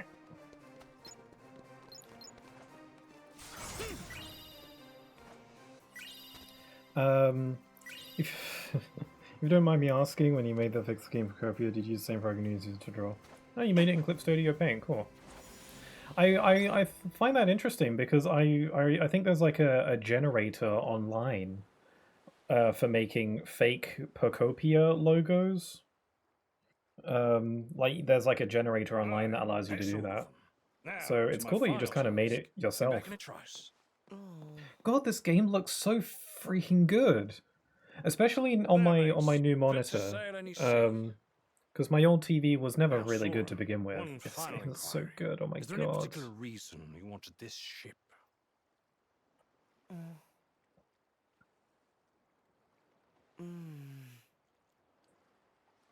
Yeah. To explore the seas. Free as the wind. I might buy a PS4 just for 2 games. Interesting, what 2 games? And you might be able to get a PS4 relatively cheaper now Jack, because it's why do a you bit keep saying older. final? Like you're leaving. What games, if you don't mind me asking? Run his course, mate. Clip Studio Paint. Do you have to pay for Clip Studio Paint? This you. Like, is Clip Studio Paint free, or do you have to pay for it? Like, is it a Goddess of the subscription sea kind of thing? Sent here to help you lot. Of course, any me is still me. I may be duplicatable, but I'm always incomparable. The sea, she smiles upon us, Sora. And let's leave it at that, shall we? For now, the real me. I heard of that, but I was afraid that it was an AI thing. Oh, okay. I don't know. I assume that it was just a generator that someone made. I don't think it's like an AI generator necessarily.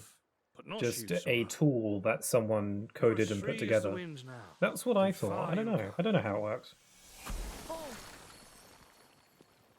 Oh yeah, Jack was crabs. Jack is a crabs now. I don't know if that was in the movie.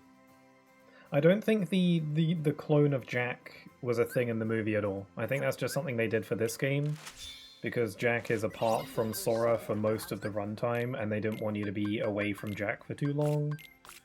So they were like, let's just have a fake Crab Jack for you to chat with. Unless Crab Jack is in the movie, I don't know. Okay, let's switch out my Keyblades. Let's have Oathkeeper, Honey Spout, and Hero's Origin.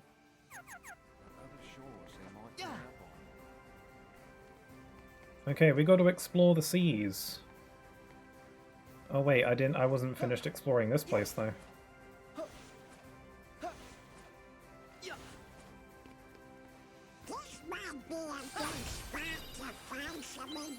Drops speech, dissolves into crabs, refuses to elaborate.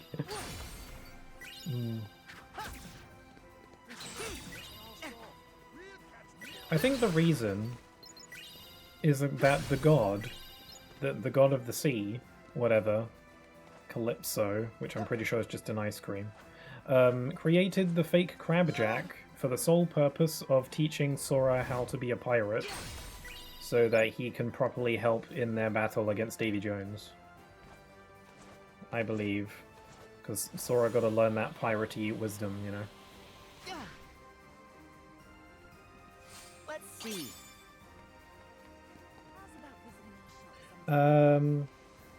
I can confirm that Crabjack is a KH exclusive. Good stuff, good stuff. Elden Ring Night Rain for multiplayer compatibility and Bloodborne, yeah. Cool. I've never played either of them, but I've heard they're really good. Is Night Rain on PS4? I assumed it was a PS5 exclusive. Or at least, you know, current gen exclusive.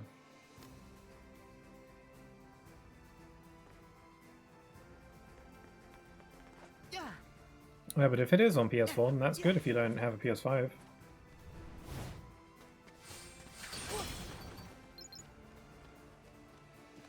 Only cross-version. Ah, okay. Rip Bloodborne. Yeah, I've been hearing people want a port of Bloodborne for years, and they refuse to do it. It's like just a joke at this point.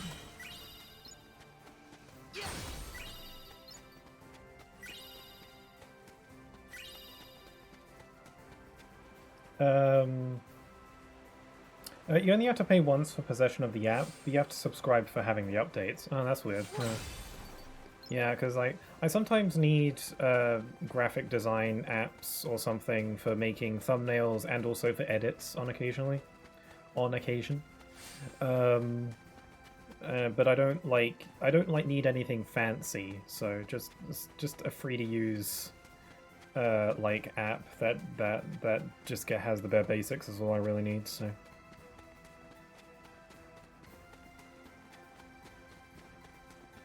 Like, I'll be honest with you, all of the thumbnails I make, like every single thumbnail that I've ever made for my videos, for my stream VODs, all of those are made on the free version of Canva. Which isn't even an app, it's literally, you can just get it on browser. But a lot of graphic designers apparently use it when they're starting out, or when they need to make something simple. And Canva has everything I need to make thumbnails. I mean, there are some limitations, but I don't need anything crazy. It works. And, you know, you can do impressive stuff.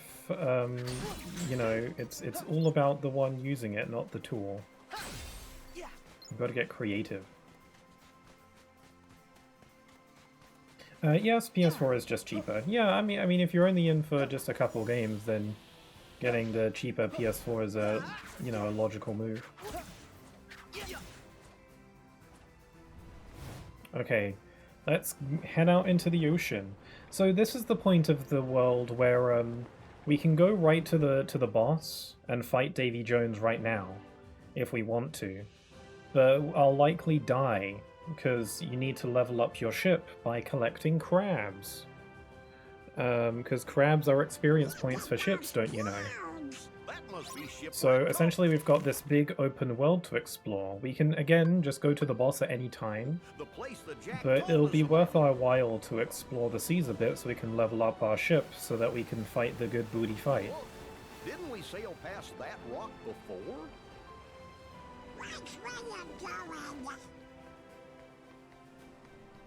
Also, I like that Sora has his own ship, the Leviathan.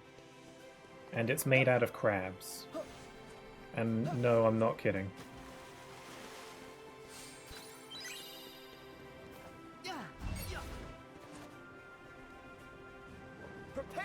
That's a good way to do it. What do you do video editing with? Oh, I use Vegas Pro. Most people probably use Premiere Pro, like Adobe.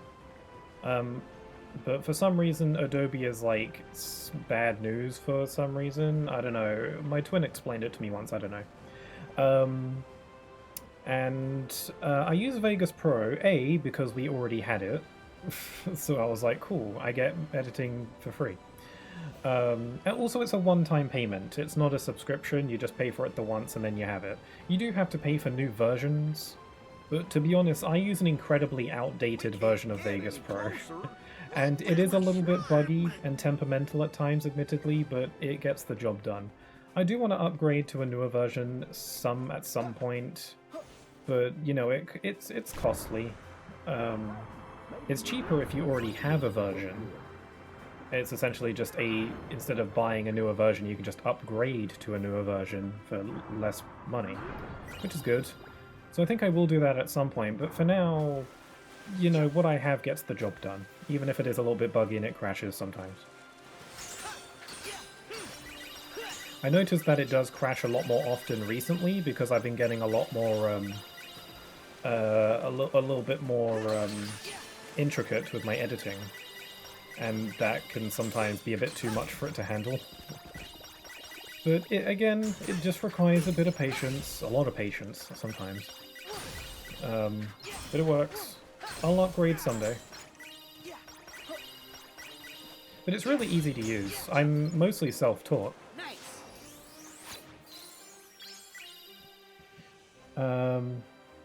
Ah, yes, the moment where KH becomes Assassin's Creed Black Flag.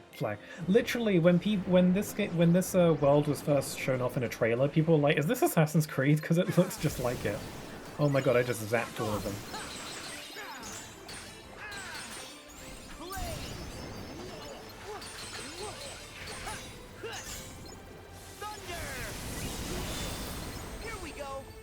Leviathan is a great ship name. Yeah, I don't think Sora came up with it though. Actually, no one ever tells him what the name is.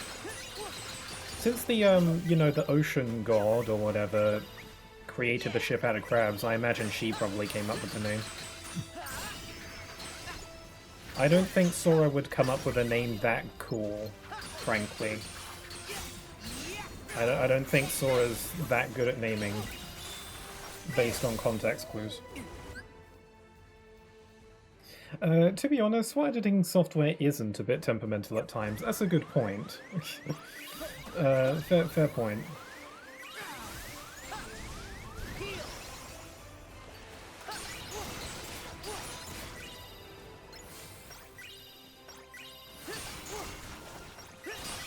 Dual wield. I'm using DaVinci Resolve nowadays. I've heard a lot about it. Apparently it's really good, but one time I tried using it and it was like... the interface I just found really complicated. I didn't really understand what I was doing. Also, I don't like change, and I'm really used to Vegas Pro. And it was just different, and it was making me anxious and overwhelmed. And the interface was just really confusing and different, and I was like, this is like... it looks like I'm in some kind of bomb defusal software. So yeah, it was just too much, and I panicked. I'm happy with what I got.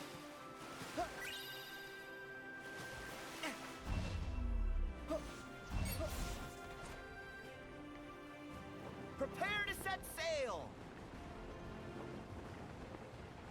Yeah, I don't know. A lot of people say that like you should use Premiere Pro.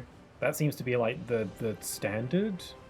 But you know, Grim told me that it's sketchy and Adobe is a sketchy company or whatever, and I shouldn't give them my money. Which is like, I don't know anything about that, but I'm willing to take their word for it. Also, like there was someone who told me like, why don't you use Premiere Pro? You should use Premiere Pro instead of Vegas. It's better. And I'm like, maybe, but what I have works. Like, I'm doing fine so far, I think.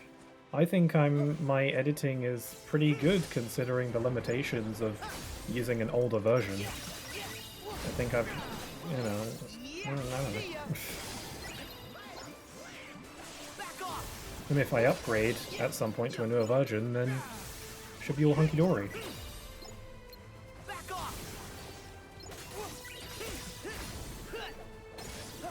They are right. What about Premiere Pro being sketch? Or Adobe at least being sketch? I know Adobe has everything you need, like everything you could ever need for editing and creation, but what I have works. I have a system, you know? I'm a creature of habit. Once I find something that works, I'm a stick to it. And, you know, I'll adapt when I'm ready. I wonder what level I should have my ship be at before I take on Davy Jones. Also, I'm going to let the cutscene play out where Sora punches him in the head, because it's too good to not play out. Because it's like, screw the Keyblade, just bops him. Love it. Careful! This game has some iconic scenes like that. Yeah, the interface is a bit much. After a day of fiddling with it, I realized that in pursuit of being all-purpose, so usable by all type of video maker, it becomes a bit much, but it became simple when I realized that for the type of video I usually make, I only needed 10% of the UI. Yeah, maybe that would help. Like, I couldn't even figure out how to cut footage when I tried using it. Like, I figured out how to put footage into the timeline, but then I was like, how do I move or like cut any of this? Like, ugh. When I used Vegas Pro for the first time, I was able to pick up on that right away. It was all very intuitive.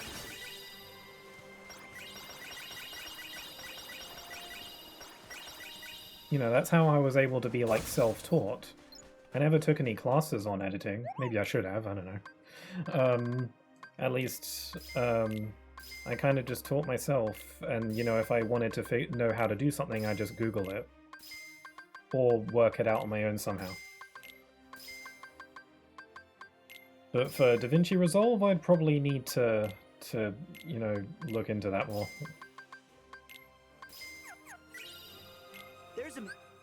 Also, yeah, changing editing software is a task and a half. I finished editing on everything on my library of the previous software before swapping.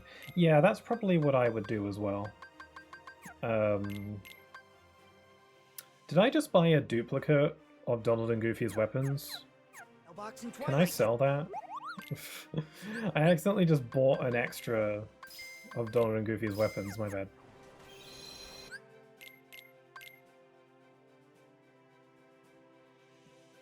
I'd say your editing is very good. Oh, thank you, Solstix. That's real sweet of you to say.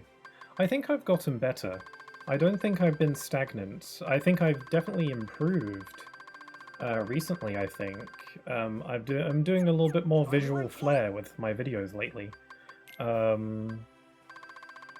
And yes, the visual flair that I've been trying to edit into my videos is a good cause for my editing software crashing, because it's just a bit much for it, but you know, I can work around it. I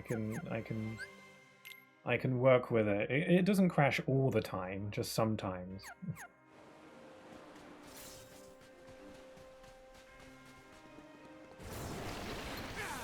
Yeah, so I'm working on my Sonic Generations video, and I'm really happy with it. I think the script is solid.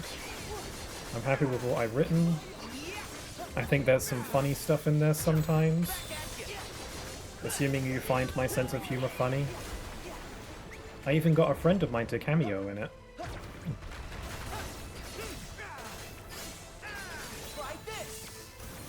Dude, I had to look up a YouTube tutorial for the cutting footage tab. Yeah, like, I assumed it would be very similar to Vegas Pro, but if it is, it's not clear. Also, I should probably eat some cuisine.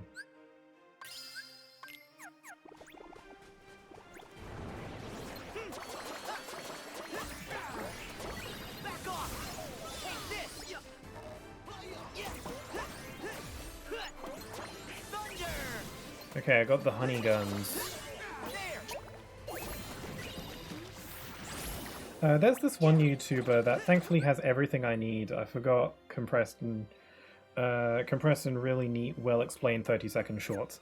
Yeah, I did that too. I doubt it we're talking about the same guy, because mine was the guy that I used to watch when I was starting out was very much Vegas Pro focused.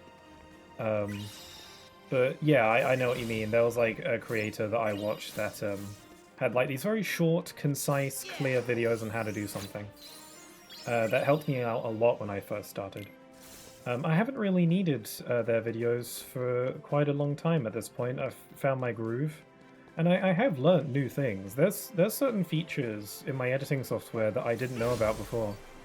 That I've only recently found out. Stuff that I really should have been using this entire time. But it's good, better late than never. I only recently found out that my editing software has a grid. Like, you can toggle a grid on the preview, which basically makes aligning images and stuff in a neat way a lot easier. Because before I would just kind of eyeball it, but having like a grid on there to like show so that I can line stuff up neatly is super useful, and it's always been there. It's been there that entire time. The icon has just always been there, and I never noticed it. It was the same that way. There's a button that makes it so that any footage or any elements that you have in the project but not in the video timeline, there's a button that just gets rid of them all, so it doesn't clutter up all of your assets. Like, anything in the assets folder that isn't in the timeline can just be removed at the touch of a button. And it clears up space and makes things run smoother, and I was like, oh my god. That is so incredibly convenient, and I've only just now learned about it. So yeah, when you're working with new software, whether it's editing software or any kind of software really, explore the options, because you never know when you might run into a game changer.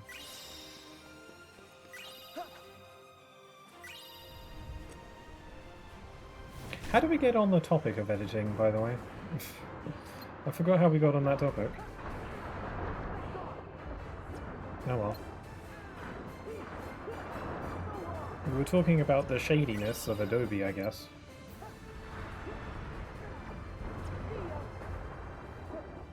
We found a treasure trove.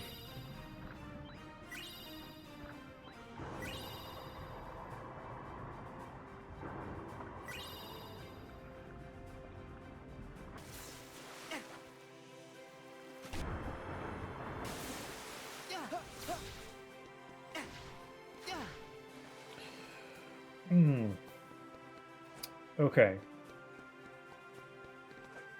I've explored a few islands. My ship has leveled up a bit, so I could go. I feel like there's maybe one more island I want to check out, but I don't remember which one it is. Let's check out one more big island, and then we'll go fight Mr. Davy Jones. You know, the squid face man.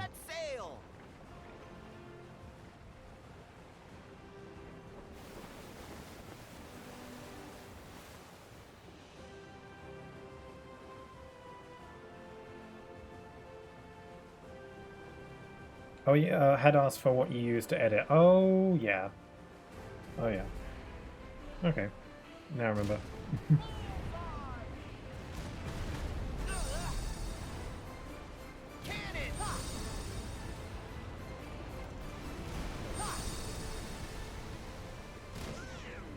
Yeah, I usually use like outside of my editing software, I only ever really use like free stuff. For like sometimes when I edit I need like graphics and I need to make my own graphics for stuff.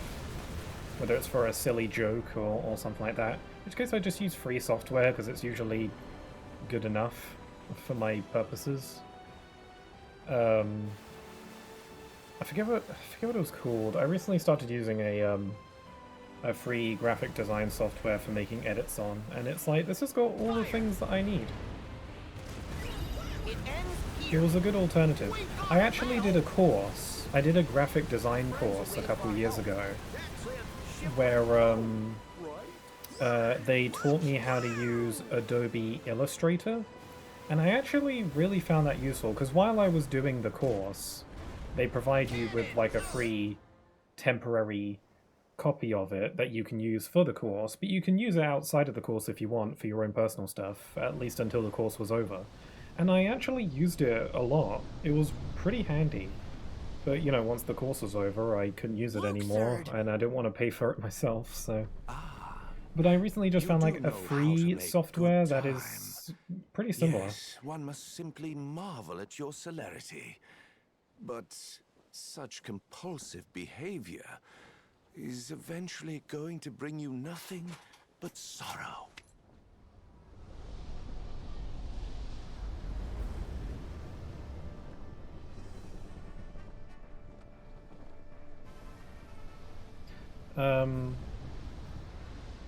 Lost him again. How are we gonna go That's why when after him? he told me that reset my PC was maybe the way for fixing it, I was sweating because all my custom shortcuts would be lost. Yeah, I've been down that road, yeah. I had to reset my PC. Turns out I didn't have to, because the problem my PC was having was all in my head, and you know, it didn't get fixed by resetting it. And it wasn't anything wrong with it, really. It was just my own paranoia. But, yeah, when I did that, I backed up all my files, and I actually went into every major software or app or website that I use frequently, and I screenshotted every single setting and option that I had toggled. I made screenshots of every menu, every drop-down list, everything. I made a screenshot of all of it, just so that I could recreate exactly what I had, exactly as it was. And I still have those screenshots in case I need to do it again. I call And yes, it was tedious and took ages.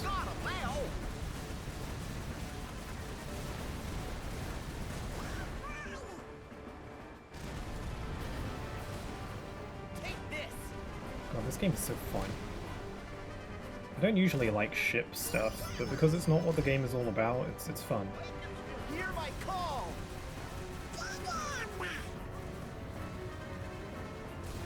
We've got more ships incoming. Sora kind of cheats at being a pirate because he can use magic.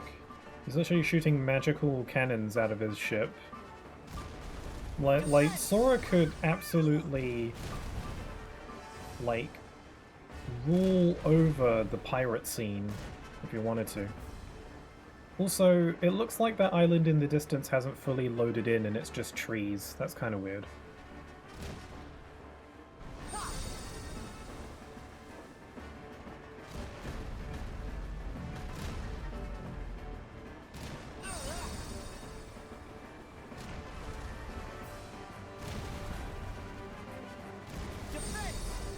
Also, you can just summon like a magical barrier around the whole ship whenever.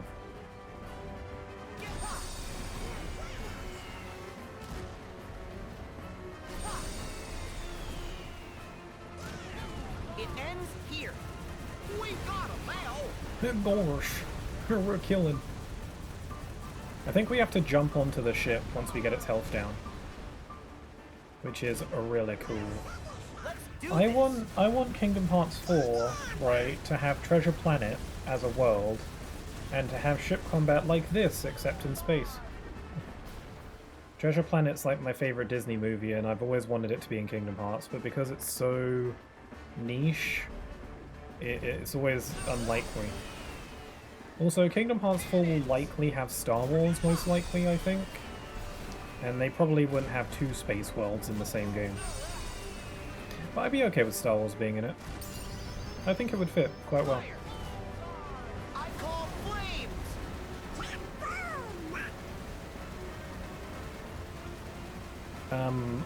I may be a bit low on health, and my ship is currently smoking. Cannons. Defense.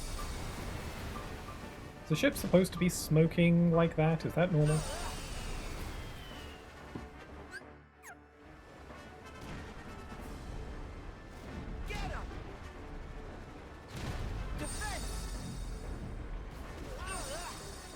This is bad. I might actually die.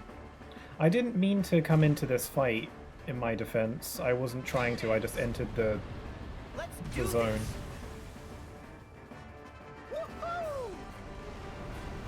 Die! That does so much damage, that's insane. Oh cool, we killed it.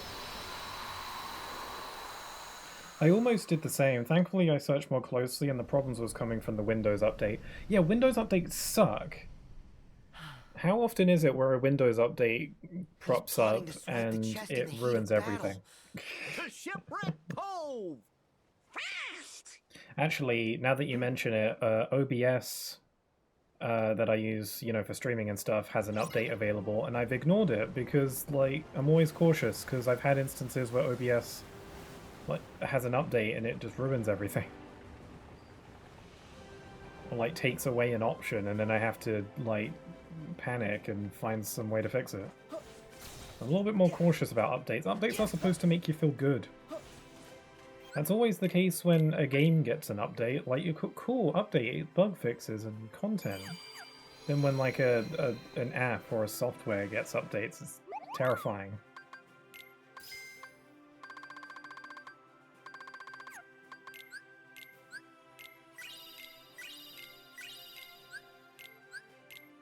Oh my god, I'm getting so much stuff.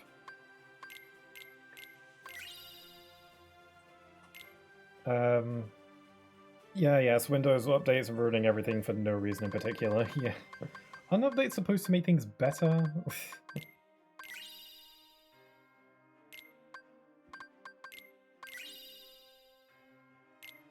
I, the hobby sailor, can confirm smoke is usually a bad sign.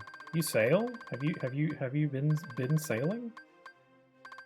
I've been on a boat once, and it was when we were on like this tour, for sightseeing dolphins, and I was too scared to pet the dolphin. Because I'm a bit of a weenie. I guess I was worried it was just gonna yank me into the water. I don't know. Scary. I don't need water boost. I'd prefer to have air combo plus. Magic, we've got water gun now.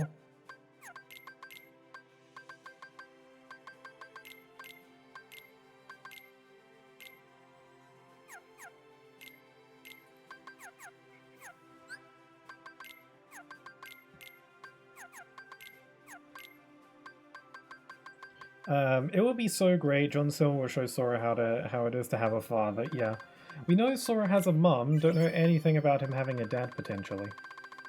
Also, yeah, I think it would just work really well. Treasure Planet as a world, like that could work easy. I think both Jim and Silver could both be good party members. I think that would fit him quite well. And I am interested to see how Jim and Sora would interact. Like, I wouldn't be surprised if, you know, Sora would like help Jim break out of his shell a bit. And they're like the same age, aren't they? They're about the same age. But they got two very different personalities, and I think that'd be interesting to see how they'd bounce off each other.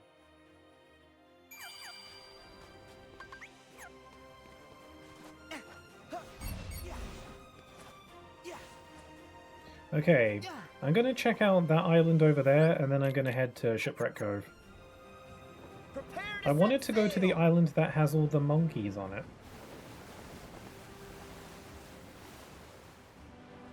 In your defense, dolphins might be super evil, and I refuse to elaborate beyond that. I've heard stuff like that. I've seen videos of dolphins who are like very friendly and will like retrieve your phone for you if you drop it. Like those kinds of videos, but then I've also heard stuff about like dolphins being arses, so I don't know. I guess it's the same with humans. Not all humans act the same.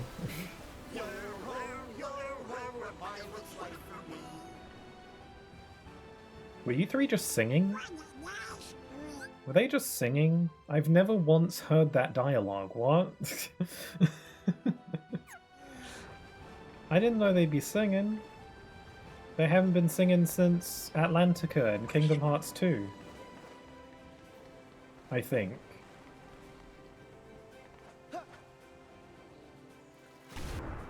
That was adorable. They are kind of super evil. Hashtag yes all dolphins. Oh, okay. Jeez.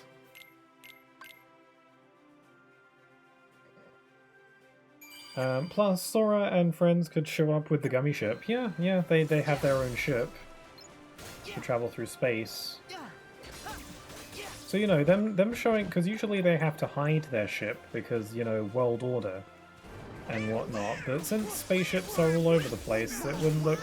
I mean, the gummy ship would still look out of place, but it's still a spaceship. Although in that movie, all their ships are like boat ships. But in space.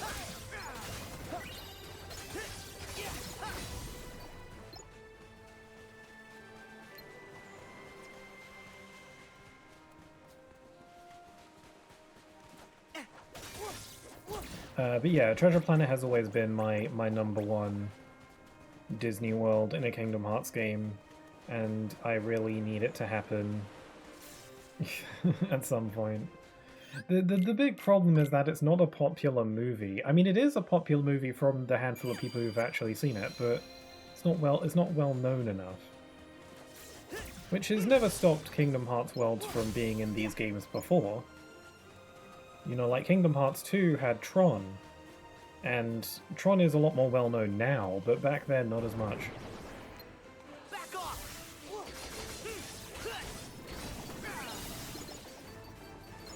Oh, this is the Monkey Island. The island with all the monkeys.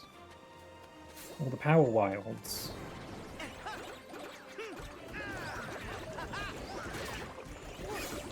I wish it would, but considering Disney also hates Treasure Planet, it won't happen. That sucks. What, does Disney hate it because it didn't make them money? That's petty. It didn't make them much money, at least. I don't know. I feel like Nomura mostly has a say on the Disney World, right? I'm sure Disney has to okay his picks. But, I don't know. I know people would probably be like, but what about Frozen? And I'm thinking, I'm pretty sure Nomura was, like, happy with that pick. I think, based on, like, an interview I saw once? I don't know. I don't know. I can dream.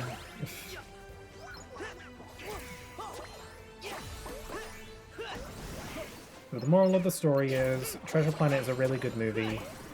I highly encourage watching it if you haven't. And I'm probably going to watch it later after this stream is over, because I've been talking about it a lot.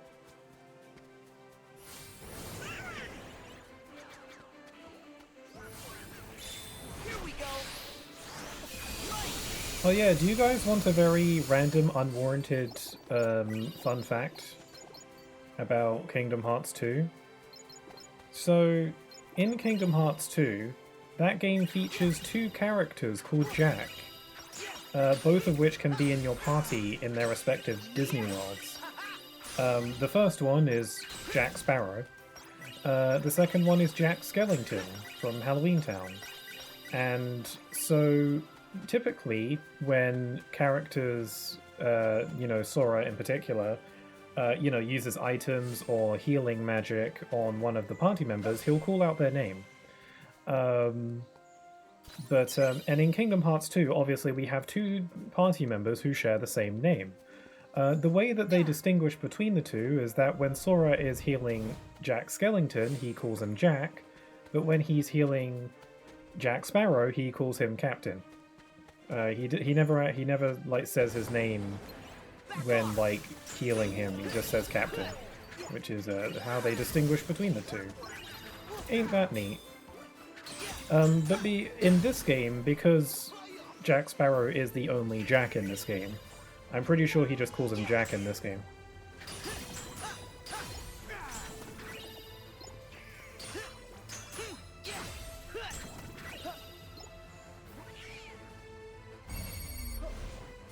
Actually, you know, I will shotlock all these guys.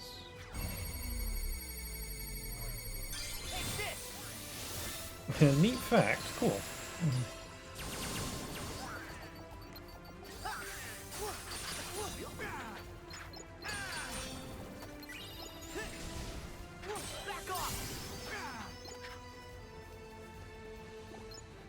Okay, is there a chest here? Also, there's more monkey business.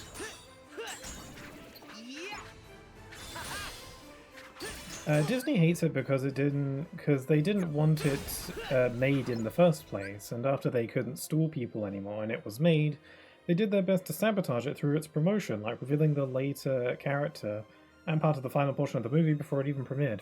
That sucks. That's so petty. That's so annoying. It does feel like Disney, you know, shoots the foots of some of their own movies sometimes by, like, not marketing them well.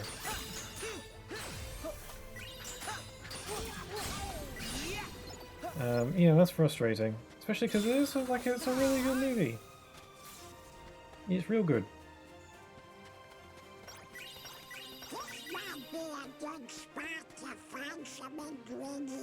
This might be a good spot to find a cliff to kick Donald off of. Did I say that out loud? It was just a joke.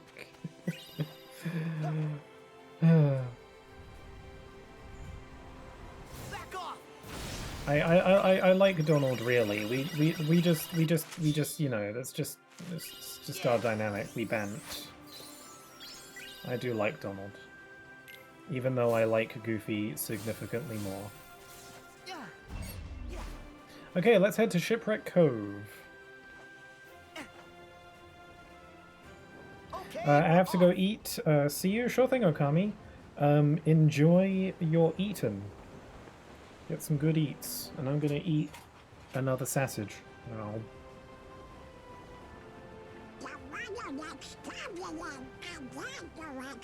I don't know what that Let's means. check it out. Me about to shove Donald off. Oh yeah, arms lower. We can sure explore a lot. I'm of sure this Donald will be place. fine. He can fly. Oh, right. He can fly, right? He's just got to think happy thoughts. I call wins.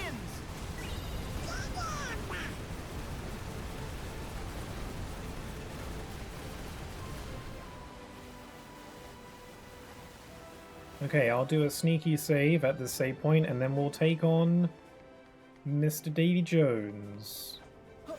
Yeah, yeah. Yeah. Yeah.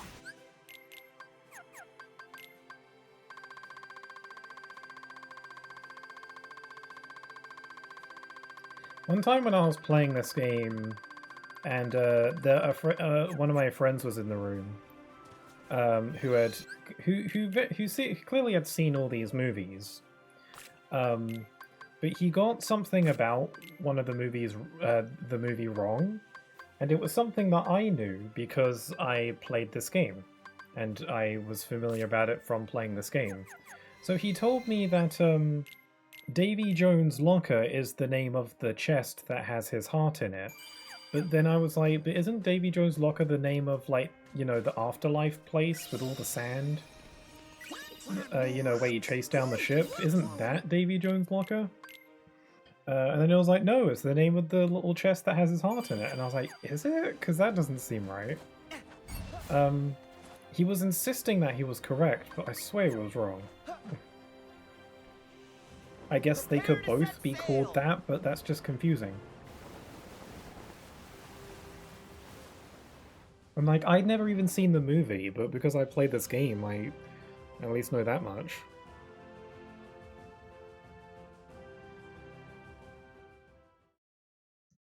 Okay, here we go, it's time.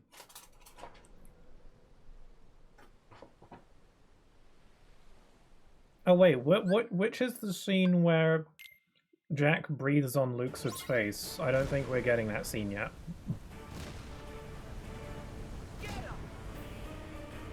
Oh, I think that's after this, so I'll let that scene play out because it's funny.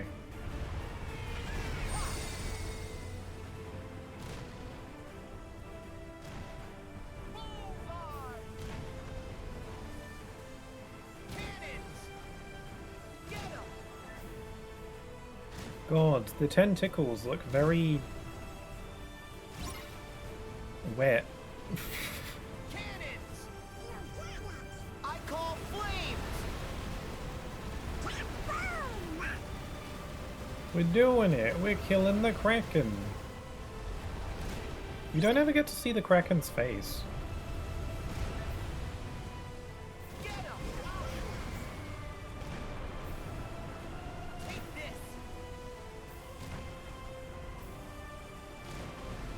this! Is that the Kraken? It sure is. It sure be the Kraken. So I can't reach the Dutchman. There he is. I got him. I sniped it. Hear my call! It's about to be a flambéed Kraken in a sec. There we go.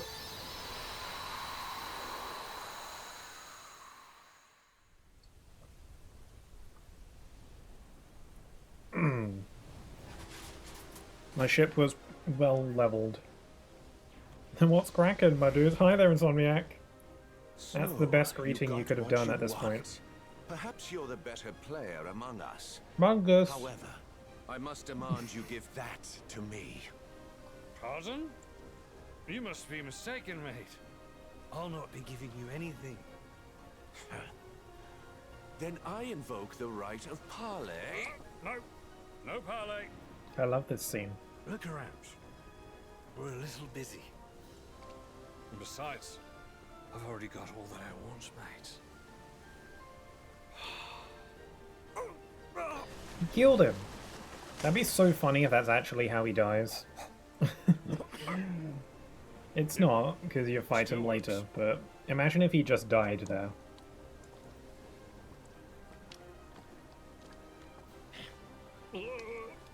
Giant Spada. Are you lost? You. Don't belong on deck. Your station is in the brig. I like this bit as well. We're here. Like this is an example of what I was talking about earlier about how Jack is very much aware of Sora's strength. Because like he's running away there, but as soon as Sora shows up, he's like, "Oh yeah, okay, I'll fight." Because I have the upper hand now. Like he knows that Sora's, you know, strong and he can handle it. So it's like, okay, I'll fight now that he's here.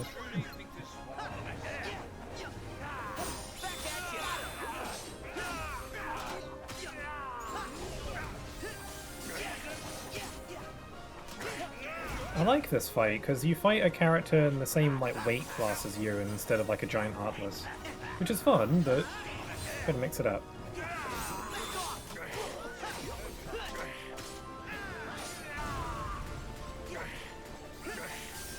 We're kind of bullying him right now. Oops. Do I not have my payback reprisal ability yet?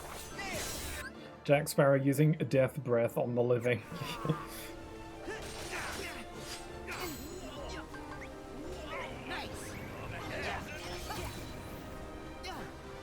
Why is Sora's outfit like zebra print when in second form?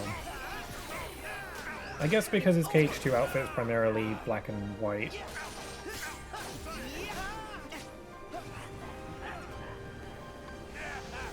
Okay, the Kraken is back.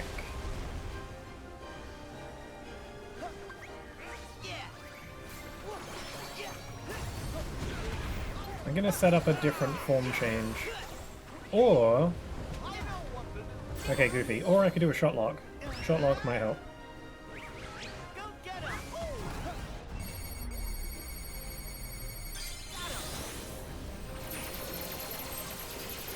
There's a little bit of compact space to be fighting a Kraken.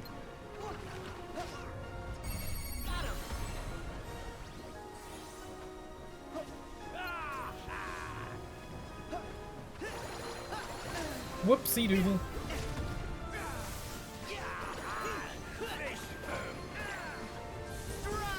You just call me fish food? Get up, duck.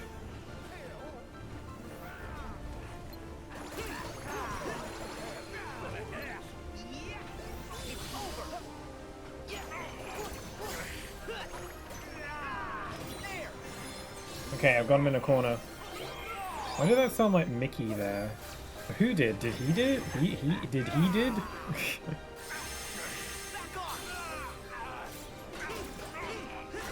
Is Mickey invading his mind?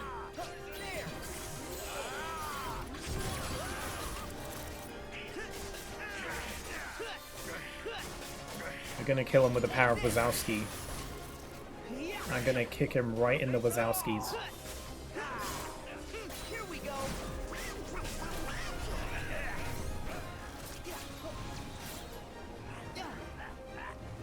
Yo-yos!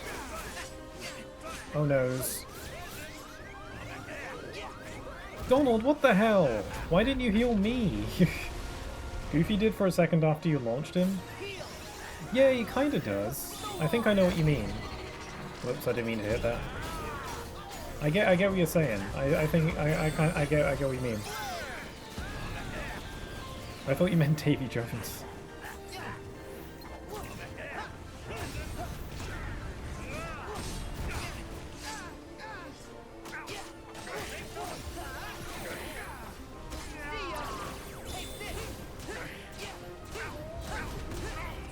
Bam. Oh no, my food ran out. Yikes, that's not good. That's also not good. I'm going to perish.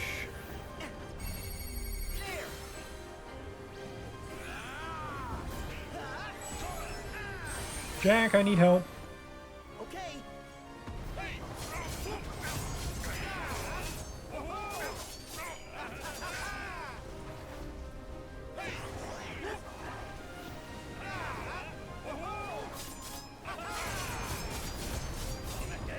I like how we're completely invincible while doing this attack. It kind of... I feel like that shouldn't be the case. But, oh well.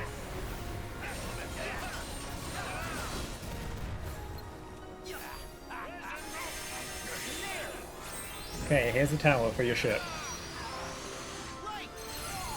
That's why I made my own little crow's nest. Okay, he's nearly done. Just one more zap. Got him! Yay, I finally got Payback Strike. God, I didn't realize it takes you this long to get that. Care to surrender? I feel like you usually get that ability kind of early. The chest! Hand it over! Jack! Stay out of this, boy! I want to see Sora punch him.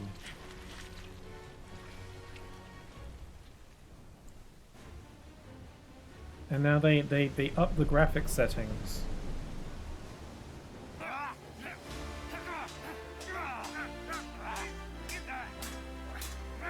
And they really put their all into this. They get like the pre-rendered scenes for this world. They also did a little bit for the Frozen world, so they can really let it go.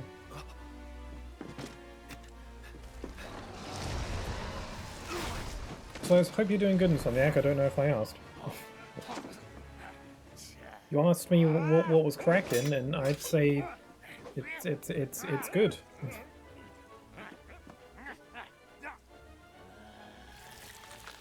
Ah, that's such a hack. You can just squidge through it. Yeah, I've never seen this movie, but I assume this is just shot for shot from the movie. You'll see no mercy from me! That's why I brought this! Ah, you had one job. Mister, did you forget? I'm a heartless... He's too wiggly to be stabbed. Oh, that was a cool kick. He's very... He does gymnastics, probably. Ah. Love. I have a brief story to tell about gymnastics now that I've thought about it, but I won't say it now during the cutscene. If I forget to say it later, remind me. It's not that interesting a story, but yeah. I may still have a lot to Oh, learn look at about Donald. love, He's got like feathers. You but can see I his know feathers. what it means to share my heart with others. And it will take more than you to break a bond like that. What does a whelp like you know about the heart? The whelp has seen far Like, more Donald of looks the really world fluffy. than you know. I want to give him a hug. I want to pick him What up. of it? And I want to shake him. Tell me, William Turner. Do you fear death? Do you? They don't want to... Do they show the heart How in the movie? disappointing. So this is all they meant when they said heart. Oh yeah, it's like an organ. Ew. Been chasing the wrong box this whole time. Do they show the heart in the movie? Because in this scene they just obscure it. But do they actually show like the beating heart in the movie? Jack Sparrow. Cruel is a matter of perspective. Is it? Yes, they do. Oh, interesting. Yeah, they don't show it in this scene, probably because it's too ew. Yeah, punch him.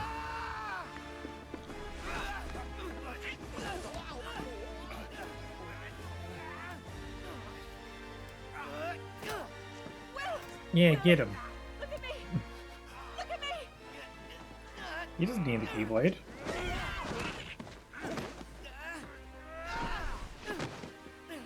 You will not forestall my judgment. And then he died. That's all I wanted. I'm supposed to be playing through this game relatively fast, so I just wanted to see him punch him. Oh my god, this scene looks beautiful. Hey, Axel. Huh?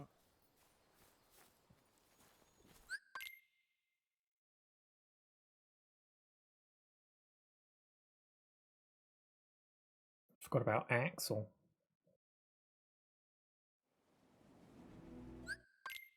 We've only got one more Disney World left. We got Big Hero 6. And then that's the last Disney World of the game. And then it's like the real stuff, the plot.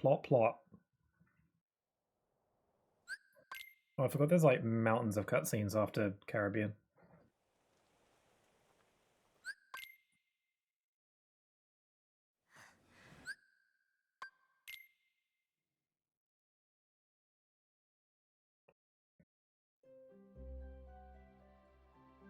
There we go. Okay, let's head right over to San Francisco we go. I still don't have any ships because I haven't been doing much of the gummy ship stuff.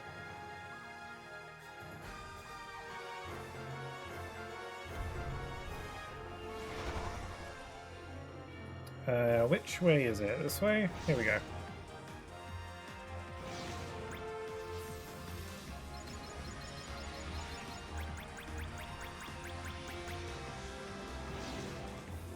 I'd rather avoid some of these fights.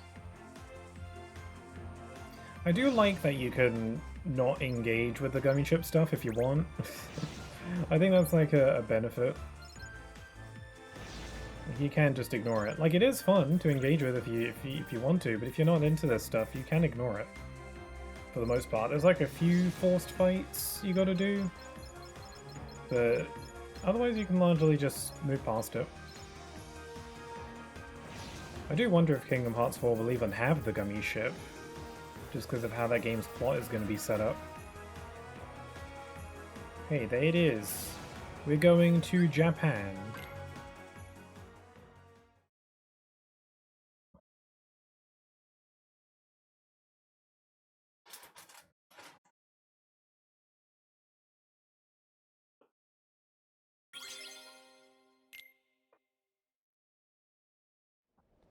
Oh, wow!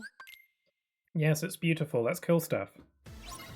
Don't let him get the drop on you, Sora. Oh yeah, we've got Baymax now, sweet.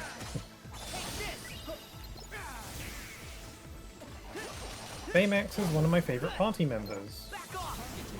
Although I don't really care a ton for his team attack. It always feels like I'm doing something wrong when I'm using it.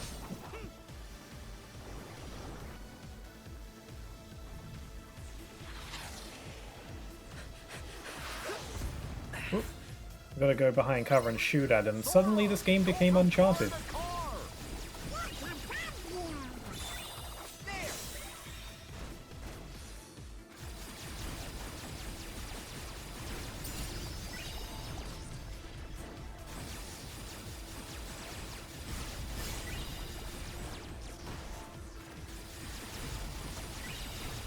I feel like this cover shot mechanic is kind of forgettable, but it is cool when it shows up on the occasion. It's also really powerful too. Oh, whoops.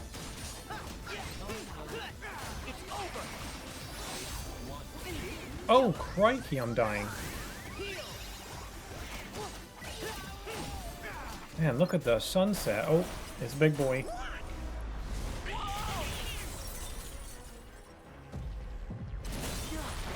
He tried to crush us. How dare.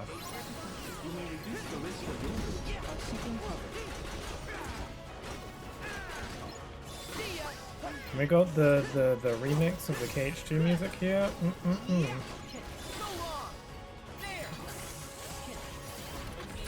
I didn't get a chance to swap out my keyblade.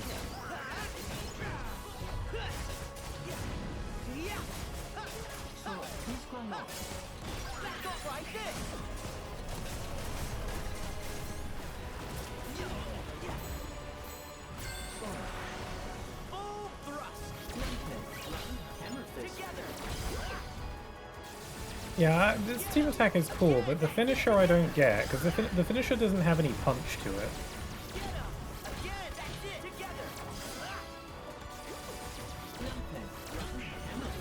I use the finisher, and then he just kind of like flies around a bit, and it doesn't look like it has much impact to it. It's kind of awkward. I guess it's different, you can say, at the very least.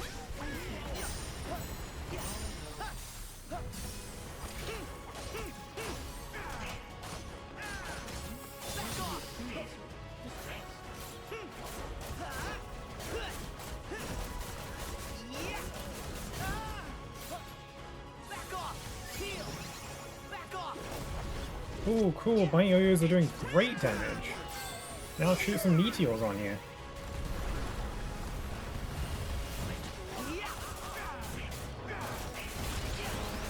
Oh no, he put armor on. Ow. I can very easily die in like one shot if I'm not careful.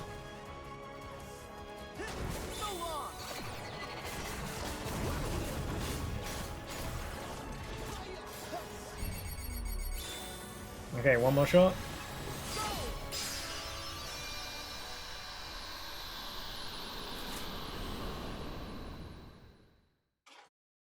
I just ate the last of my sausages.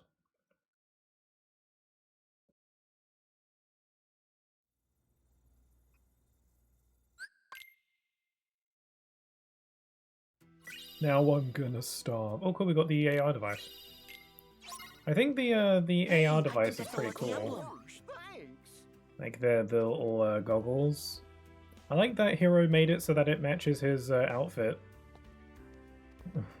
Let's see. It's all about style.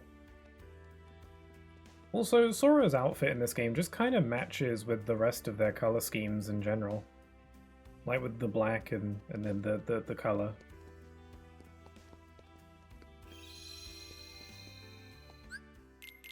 Okay, what do I have? I need to fill up my items. Abilities, I've got Payback Strike, definitely want that, and that's all I have. Donald got Hyper Healing, that's good. And we got Baymax now, that's cool, I should probably give him some stuff. Defense Belt, Shadow Tranklet.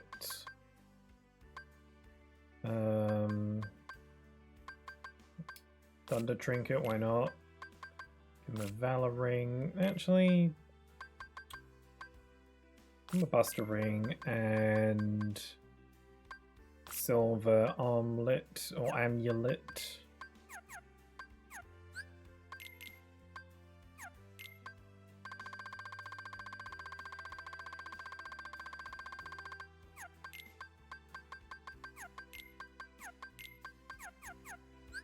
Okay.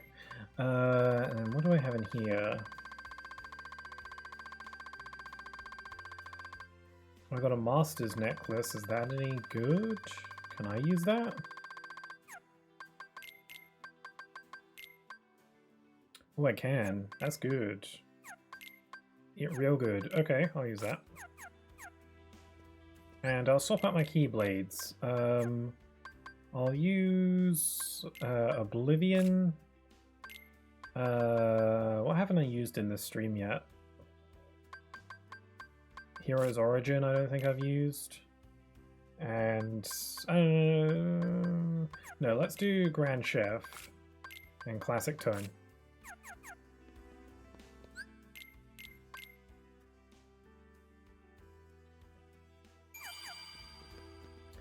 What are we doing? Oh yeah, we got to do the training.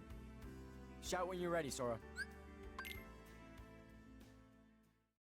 We got to do the Flash Tracer game, which is pretty fun. It's kind of difficult to get the high score. Like, you got to find that optimal route, and you got to like do things super fast to get the best score. Because I think you do get a reward for it. I don't remember what it is. An ability, I think.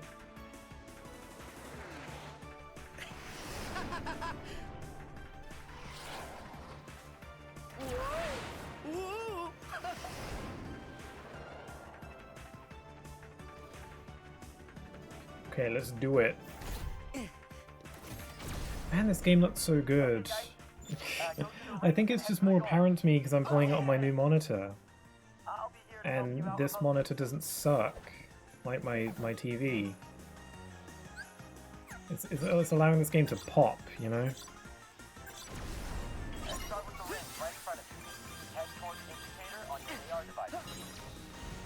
Whoopsie.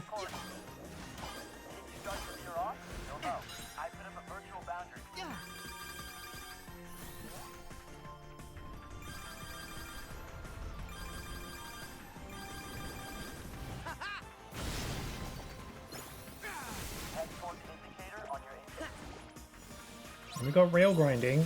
I will always enjoy rail grinding in games. When a game has rail grinding, it's always a good time. It's like that with grappling hooks. You got grappling hooks, awesome. You got rail grinding, awesome. It doesn't have to be particularly deep, but it is cool. It's like, you know, in Sonic games, you know, grinding on rails in those games isn't really all that different from just running, except you're just on a rail. Like in SA2 you had to balance, but they got rid of that. But yeah, I don't really mind because it's just cool. It just is. That's enough for me.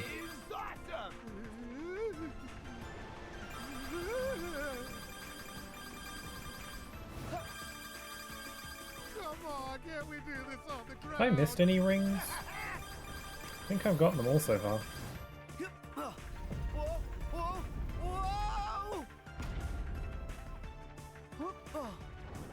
Okay, this is where I'll probably miss some rings.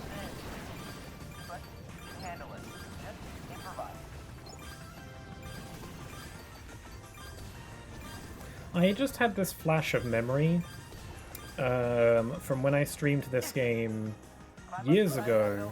Back when I was still new to streaming, I was doing a level 1 run of this game, and I had this distinct memory of Tiago talking about Monster Hunter when playing this particular segment, and then I died in the middle of talking about it. I mean, Tiago talks about Monster Hunter a lot, but I distinctly remember us having a conversation about Monster Hunter when I was playing this segment way back then. I think it's because I edited it. Like, I edited that whole playthrough, so moments from it stick out in my mind more. Whoops. You are near the goal.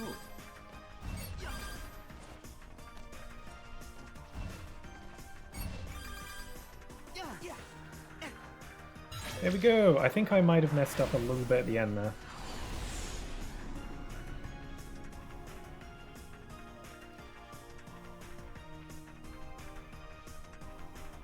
Editing, it got you to reset all the giant Monster Hunter paragraphs of Doom. I'll revisit. Yeah, definitely.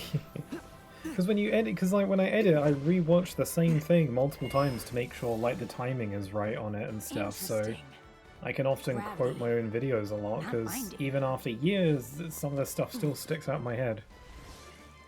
There's this one thing. One of my first videos that I made was a highlight compilation of my Kingdom Hearts 2 level 1 playthrough, which again is really old at this point, like 4 or 5 years old. And that was back when I was first editing, so while those videos are still on my channel, I don't think you should watch them because it's very evident that I was new to editing at the time, and streaming, because they're kind of rough. And low quality. But because of that, there's this one thing where I had Grim with me, my twin that is, for one of them, and Grim just started saying something really weird that to this day I don't understand. Like we were in Agrabah, and I said Aladdin's name, and then Grim responded with Aladdin where? And I didn't understand what they were talking about. They kept on just... And every time I was like, I don't understand, what are you talking about? They just kept on saying it louder. It was like, Aladdin where? I was like, what are you talking about? And then they just kept on saying more weird stuff. And then I was apparently the frustrating one in that scenario, because I didn't understand what nonsense they were on about. And I still to this day don't understand what Aladdin where is supposed to mean. Sorry, I got a little bit heated. I wonder if they remember that. I should ask. Should I just... Hold on. I'm gonna WhatsApp Grim and just say Aladdin where and see what happens.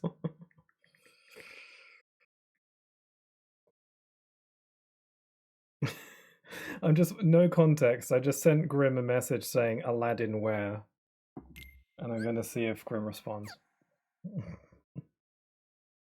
I don't know if they'd remember that. But I do. That's my point. I remember that exchange because I edited it. And I rewatched it.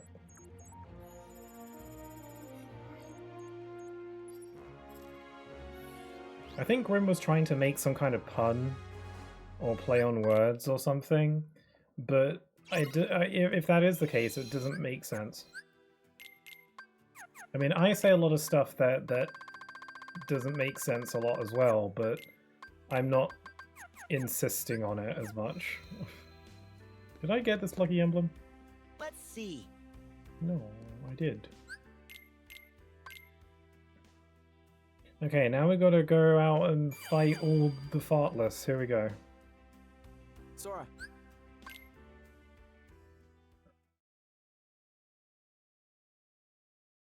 It is interesting how all the worlds in this game do shake things up at least a little bit in terms of how they're structured. Like this world is you're going back and forth between the garage and the town. And this world is mostly comprised of this one area. Which is interesting. But it's a big area, it's this big city area. And it's mainly just going back and forth between the garage and this area. And that's different, because no other world really does that. Okay, I'll check it out. And then, you know, the Caribbean is different because it's got like this big open world sea and the pirate stuff and the sailing. Nice. And then you got some worlds like Monstropolis that are more linear. And are more like, you know, a straight shot to the end with all sorts of stuff to interact with along the way. I like how each world in this game does something a little bit different that, you know, makes sense for what that world is.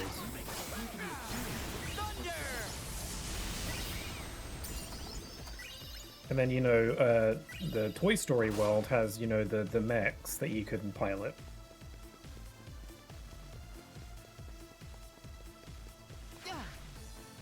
I like this part of this world because it's the only time where you can fight Heartless in daylight when you're here. Because after this world you can only fight Heartless here at night. Because they're courteous like that.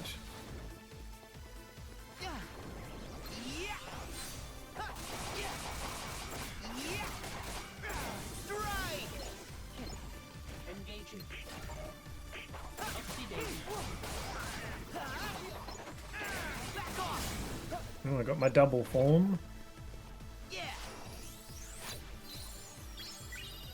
Oh, we got how to play baseball. Good, I didn't know how.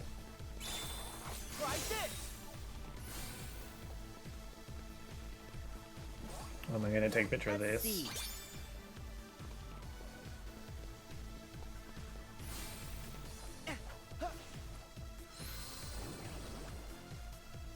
Here we go. Oh, maybe I should summon Stitch, because I think he'd absolutely rip through them here. Oh, I have no MP, hold on. Plasma encounter. Also, Stitch is cute. He kind of thrives in this really small area. I don't know what my favorite summon in this game is, or Link, as this game calls them. I don't like that they renamed them Links. I think the reason they call them links instead of summons in this game is because it's implied that you're not actually summoning the actual character. You're summoning like a spirit of them, which is why they're all like coloured and see-through. So I guess that's why, but I don't know. But I don't know what my favourite link would be.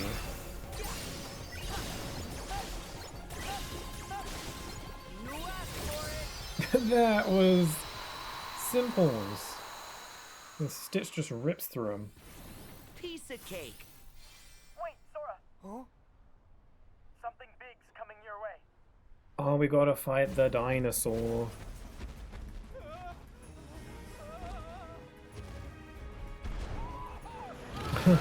People are dying. So look at Donald. Gotcha. I'll take care of it. And Goofy's just hugging.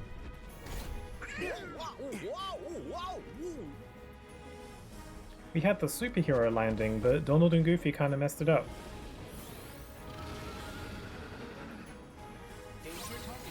Oh god. Oh right, I didn't eat any food, so this might be a pain. I just need to be a little bit careful.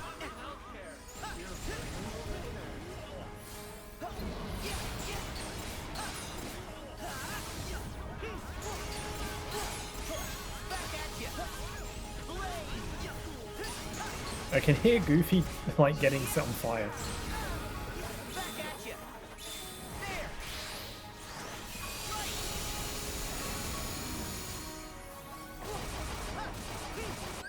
Hold on, I'm going to turn down the game's volume ever so slightly because it's getting chaotic. Just a wee bit.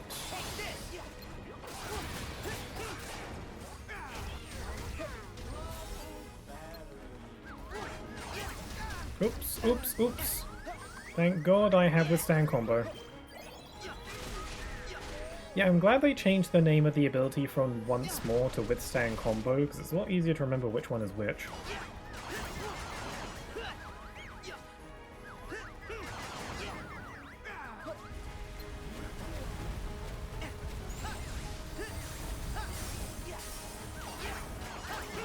Okay, I gotta get my cartoon hammer.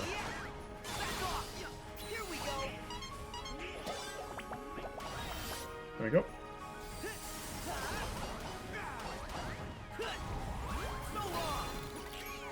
I think the hammer form changes are my least favorite though.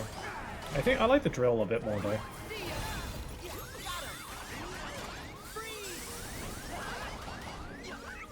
Oh, thank you. I was about to use a potion on myself. And the target's moved up onto one of the buildings. Gotta go after it. Try this. I marked the target, but don't Save that drill for later.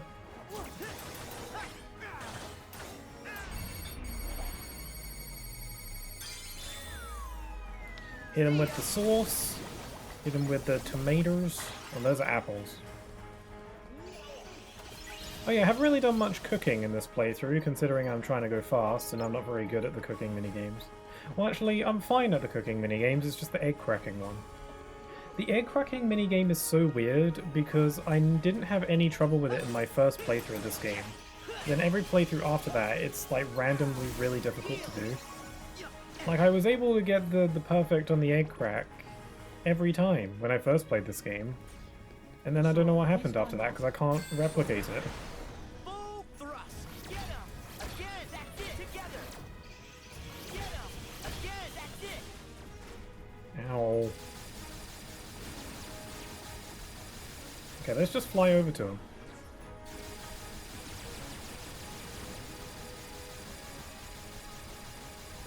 Go, Baymax.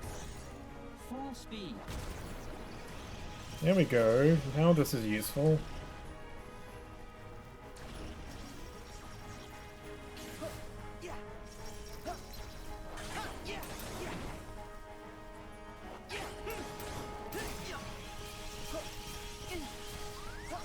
I thought I had a drill. Oh, I did.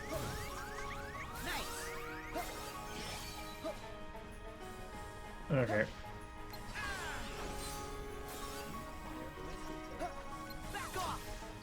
Oops, I should not be using thunder on the thunder enemies.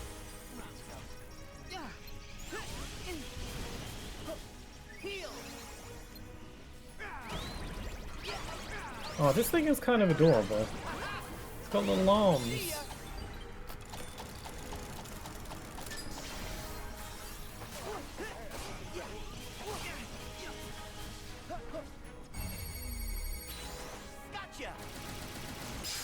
There we go. Got him. I remember that fight being really annoying on my level 1 run. I think the next time I do a level 1 playthrough of a Kingdom Hearts game, I'm gonna do it with Kingdom Hearts 1, because, first of all, like, I did stream that, and that was actually, like, my first proper playthrough that I ever did. But I didn't upload those VODs onto YouTube because that was before I started doing that. So it'd be cool to do it again. Also, it might be interesting because it was really hellish at certain points. Like, out of all the level 1 runs I've done in Kingdom Hearts games, which is just for the main 3, KH1's easily the hardest. But I kind of want to try it again after all these years to see if I do better at it. Or maybe it's not as bad as I remember. Maybe I was overreacting. Maybe it'll be fine. I was thinking of doing that at some point on stream actually. I thought maybe for like a milestone, like if I hit like 500 followers here on Twitch maybe. Because I'm getting there, kinda, I think. I haven't checked. So I should probably give myself some items.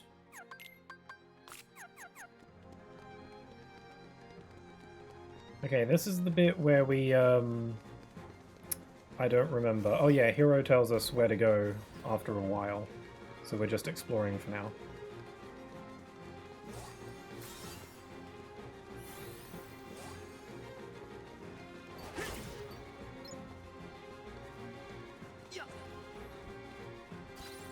Let's get this back alley strength boost. And this back alley tomato. Should probably use that. Also, I think I should probably eat food.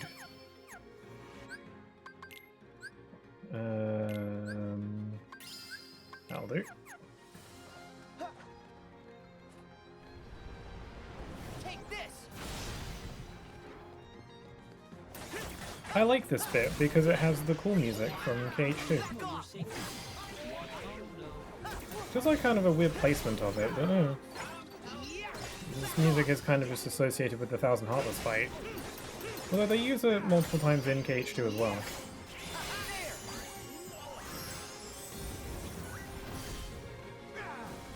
So I got the ability Link Extender, goodie.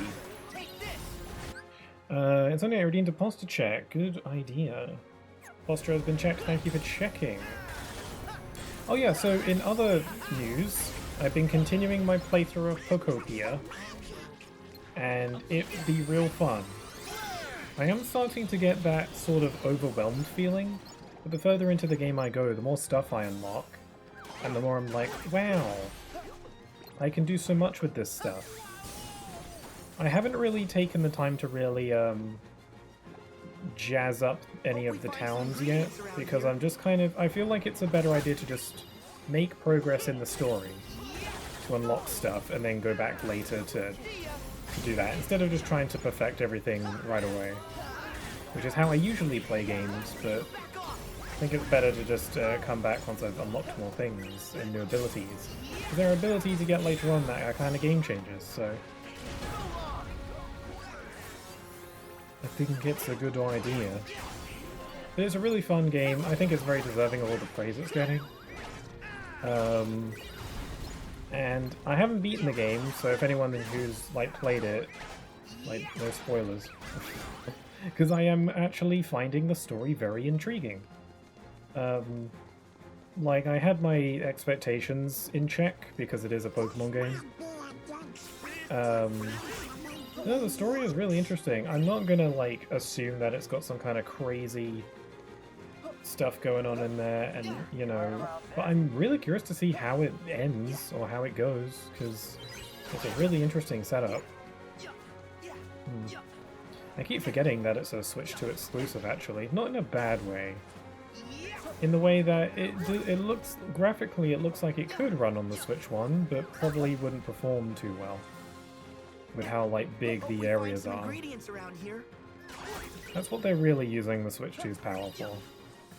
Not so much the raw graphics. But it still looks pleasant, you know? I haven't played multiplayer with Grim yet, but that is on the agenda. Okay, I'm gonna snag a picture of this. Let's see. Yeah, Pokopia is going well. I've recently wanted to replay... I want to wait until I'm done with Pokopia, because I usually don't like playing like more than one game at a time, unless it's for streaming. I want to replay... I've been really wanting to replay Final Fantasy 15 for a while. So I want to do that. I guess I've been in a Final Fantasy mood lately. I recently went back and got my Platinum Trophy for 7 Rebirth, and that was a ton of fun. I also really want to play Final Fantasy Tactics. I've never played that game before, and they did like a remastered version of it recently. And I want to get that, because I've heard it's really good, and I think I'd like it. Also, I think Cloud is in it. Okay, we've got to get rid of the dork cubes, which are definitely not bug blocks from Recoded. Unrelated.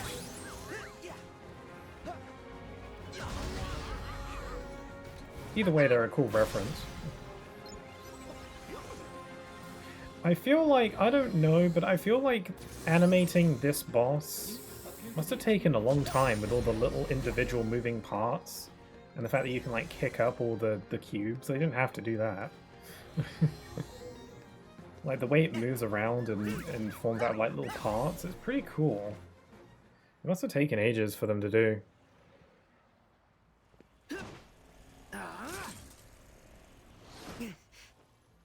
It's no fair! Why can't we hurt it? Sora's casual ability to defy gravity. This game is just Advent Children until it's not. Okay, let's switch up Makible. Let's do Starlight. Nano Gear, because it's appropriate. And let's do Ever After. Dark cubes are gonna be tricky to bust open. So I like the music. Everyone's situation and Improvise. I know. cool. Good luck. We've got snipers. Like how they have all sorts of nobodies here. I remember in Kingdom Hearts 2, a lot of the time when the nobodies showed up in a world, it was because there was an organization member there. And that is always the case in this game too, but the nobodies would usually match whoever that organization member was. Like in Beast Castle, you had a lot of like the Lancer nobodies because of Zaldin. And the Sniper nobodies, I think, are first introduced in Land of Dragons in the second visit because Zigbar's there. But in this game, they're kind of just like whatever nobodies. I guess the organization's a bit more organized now, and so they're sharing the nobodies.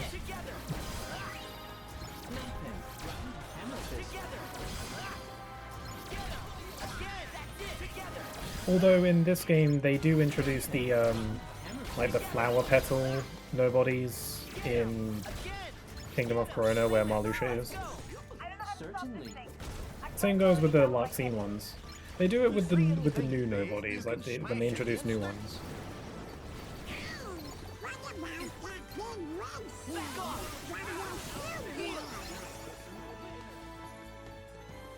Okay, here I come. I remember a couple years ago, because I like watching people's I like watching people play games that I've already played because I like seeing their reactions to them. It's especially fun with Kingdom Hearts. And I remember I watched someone's live stream VODs of them playing this game for the first time. I think they're a relatively big channel. I don't remember who they were though, or what their name was, unfortunately. But when they were playing this bit, it was incredibly frustrating because they didn't...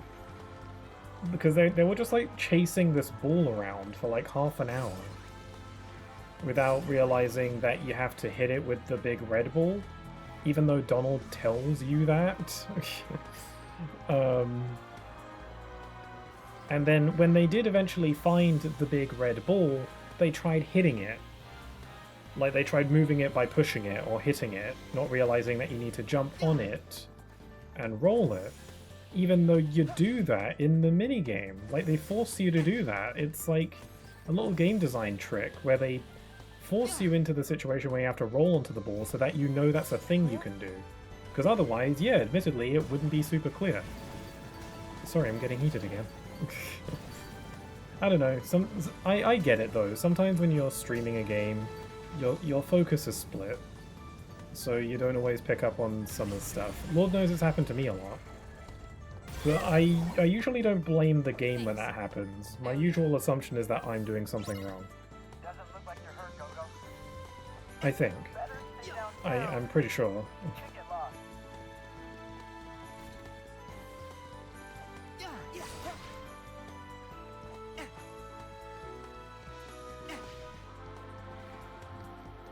So, do all the organization members in this game still have command over nobodies?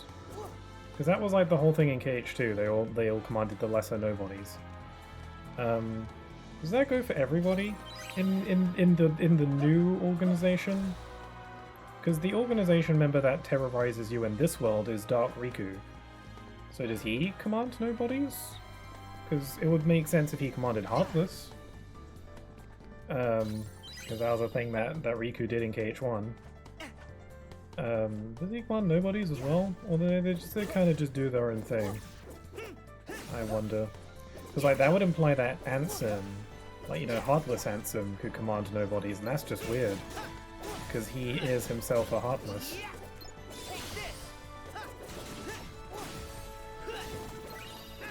I don't know. These things don't matter.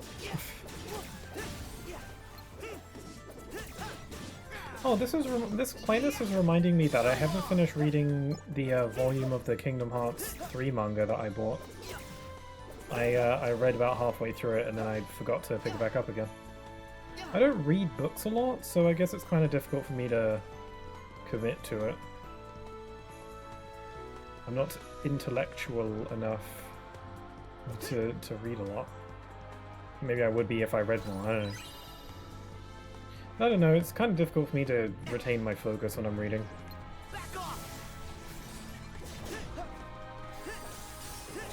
And you know what, my reading skills are fine. I remember when I was little, my mum was like, oh, you gotta read more, you never read, you gotta read so you improve your reading skills and stuff like that. And that's sensible advice to give. Especially for a young child, like, yeah, you gotta read so you improve your skills. But I remember telling my mum once that, you know, my reading skills are fine, you know, and as an example, I was like, you know, I play a lot of games and they can be very wordy. Because it's true. Especially the kinds of games that I like, you know, RPGs, very story heavy, there's a lot of words, there's a lot of reading. And so I genuinely believe that playing a lot of these games kept my reading skills sharp. But my parents kind of scoffed at the idea. They were like, that's stupid. That's not, that doesn't make sense. That's not real. But it makes all the sense, really, when you think about it. I'm like, well, does it have to be physical paper or else it doesn't count? Because everything's digital now. It's no different from when you're reading a book on a Kindle. So yeah, I genuinely believe that, like, playing on my games has kept my reading sharp when I was younger. But, like, when I would try and tell, like, my parents that, they wouldn't really get it.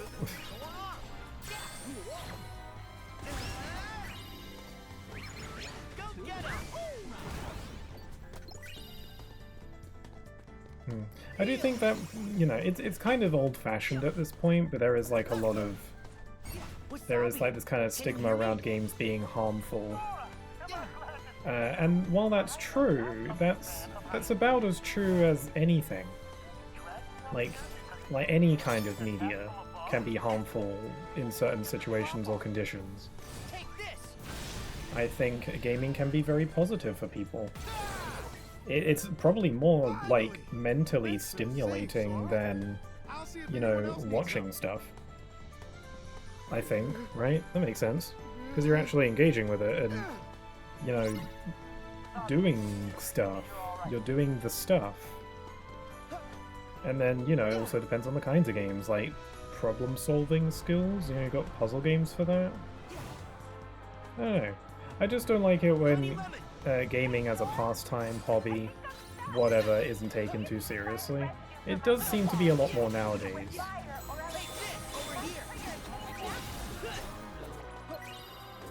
I think it's like... Okay, I gotta use magic. Do I have to use the corresponding magic?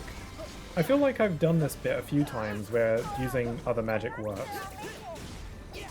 but then why bother making them different colors? So it's probably do. What if I use Blizzard? Yeah, I have to use the correct magic. Okay. I swear I played this once where using a different kind of magic spell worked. I don't know. I'm probably just crazy or something. Let's see. I like how I remember where most of the lucky emblems are hidden. Well, actually, I don't like that because it is less fun finding them.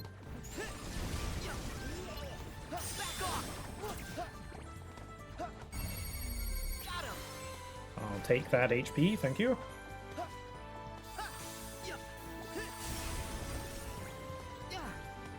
Is that all of them?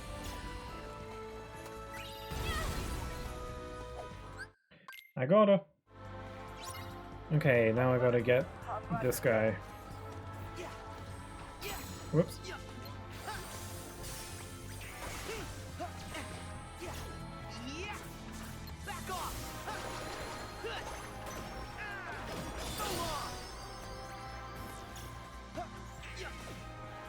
Oh. Man, I really need to get new headphones, because for the past couple months they've been making this really annoying buzzing sound every now and then. It's only for like a few seconds at a time, but if it gets any worse, I really need to get new headphones. Fred, you okay?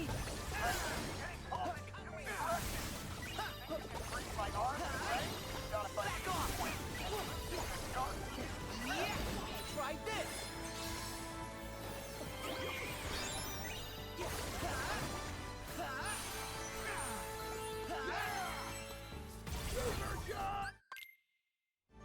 There we go.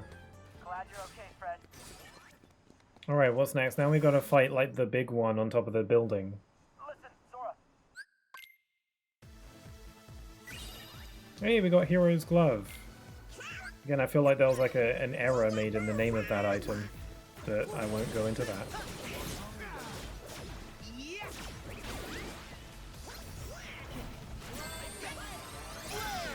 Man, the sniper nobodies are really cool.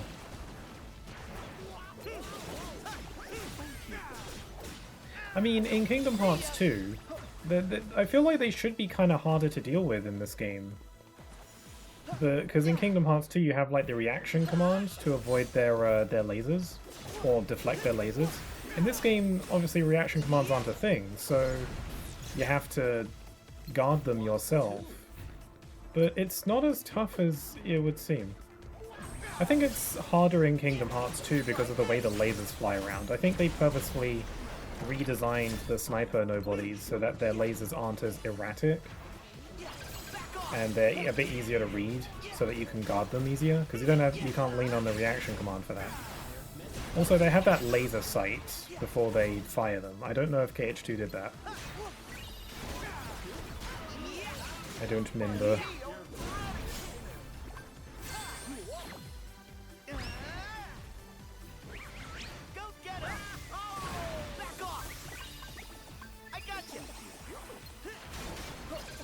Oh crap. Oh god. No! It's okay, I didn't really get very far. I suppose I should just go straight to the top of the building, because I'm trying to go fast. But I like fighting a little bit, and also experience points. I don't know. You know what's going to be fun when Kingdom Hearts 4 comes out? It'll open up so many new possibilities. Because, like, that's a new Kingdom Hearts game that I can do a level 1 run for. When Kingdom Hearts 4 comes out, I'm probably going to do a lot of streams for it. Not just for a playthrough, but I'm probably going to want to do a level 1 run and stuff. Eventually. I don't think I will stream my first playthrough of Kingdom Hearts 4. I think I'd rather record it so that I can fully focus on the game, like I did with Tears of the Kingdom. Although I haven't finished editing those together yet. It's taken a while. But that's because Tears of the Kingdom is so damn long. KH4 will likely be more like 30 to 40 hours. Also, welcome back, Okami. We're in San Francisco.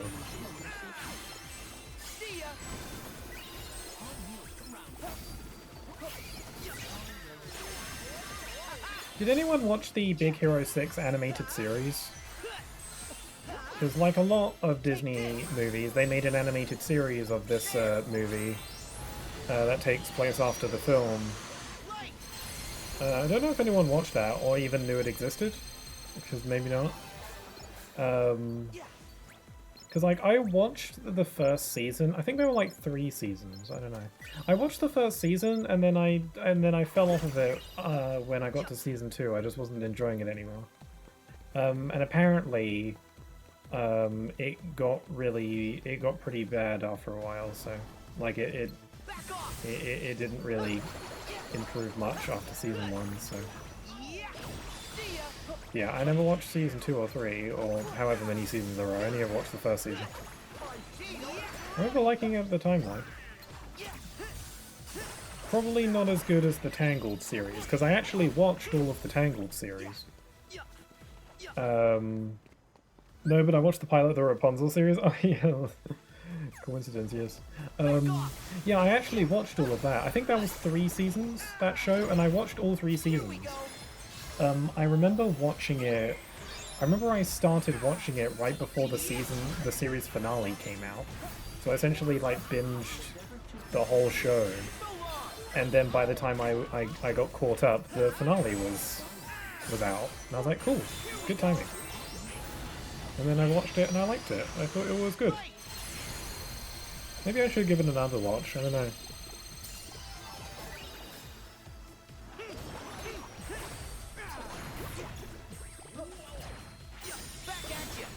These days, if they're going to make a series based on one of their movies, it's probably going to be like a just stream it on Disney Plus kind of thing.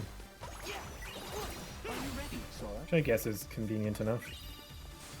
Anyway, I gotta fight the Darkness, so let's just fly up there. What other like Disney TV shows have they done? Because they did like a bunch for like the older Disney films. Like I know Hercules got one, and Aladdin got one. It's interesting that they still do that for the newer movies.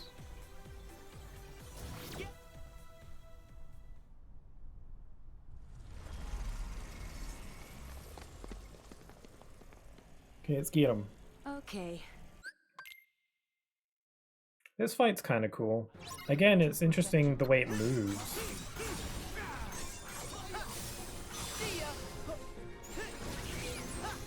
It's interesting that this world has like 3 boss fights in it.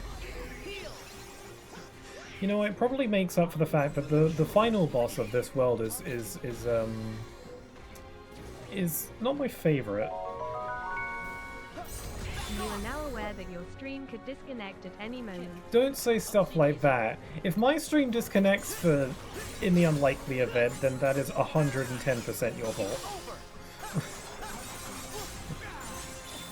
Please don't. My stream doesn't really disconnect much anymore. Ever since I got like a wired connection. But yeah, I don't care much for the final boss of this world. I think it's cool, but I don't like how it's the only phase. It's because the final boss of this world is just against the Dark Baymax, but you're flying the whole time, which greatly limits your combat options. And it's an okay enough fight. Like, it's not a bad fight, but it's not... I don't know. I don't like fights that take away your combat options. I think it should have been a multi-phase fight. You could do the flying around bit, and then go onto the ground and make it more of a proper fight. Because like your party members can't even help you because you're flying, except for Baymax, but still. I guess I appreciate them doing something different. The Little Mermaid, Timon and Pumbaa, and Aladdin got one. The Little Mermaid had a series as well. Didn't know that. And yeah, I forgot that there was a Timon and Pumbaa one. Whoops. I'm trying to think of more recent ones, like the Tangled one. I'm sure there have been. Frozen didn't get one, which is actually surprising when you think about it. I think Frozen got a bunch of shorts and a sequel and more movies on the way.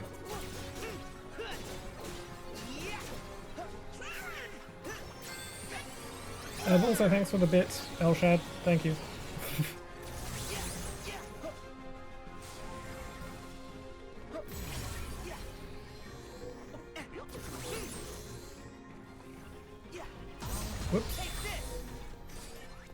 Are you doing Remind and Limit Cut in this playthrough?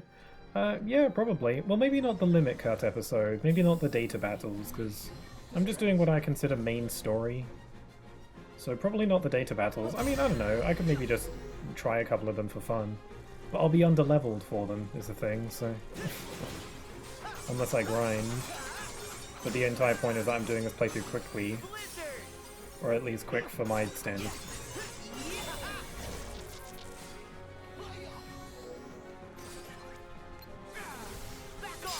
Got him! Funny when you know that Frozen 2 originated from a bunch of shorts. Really? Huh. I didn't know that. I know that Frozen got kind of changed. Like rewritten a little bit at certain points. I don't know. I had a lot of like cut stuff from it. Oh, it's cute. It's like a little Heartless. It's adorable.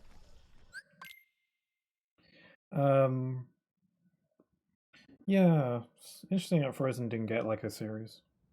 But instead it's getting a bunch more movies. Apparently they've already like greenlit like 2 other Frozen movies. At least I heard that at some point. Oh yeah, Monsters Inc. got a series, but like way after the original film. Which is interesting. That's just like a Disney Plus one though. I heard it was pretty good though.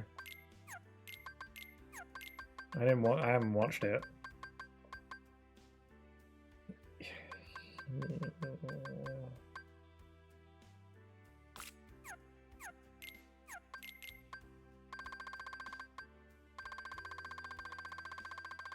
And I've got a lot of points.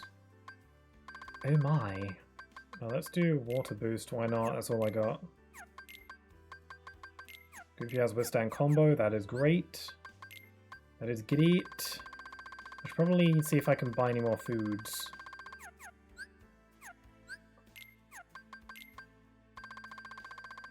Oh, there's an AP boost, I'll take that. I'm still trying to think of other Disney movies that have had, like, a series. But I'm trying to think of more recent ones, because I'm sure there are. It's bugging me. Inside Out didn't... Oh yeah, Inside Out did get a series, didn't it? But like a mini-series on Disney Plus. I haven't watched it, but God is my Instagram just flooded full of shorts of it. So I've basically seen it by this point. That's how it always goes. That's how I always get into shows. I see a bunch of shorts of it until I eventually realize that I've basically seen the whole thing by that point and I should just go ahead and watch it. Because obviously I keep watching the shorts, which is why they keep being recommended to me, so I obviously am interested in it. That's how I always get into shows. This always happens every single time.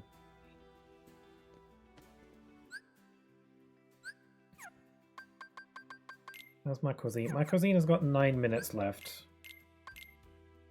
Kingdom Hearts had a pilot. That is true, it did have a pilot for a potential TV show that just never came to be.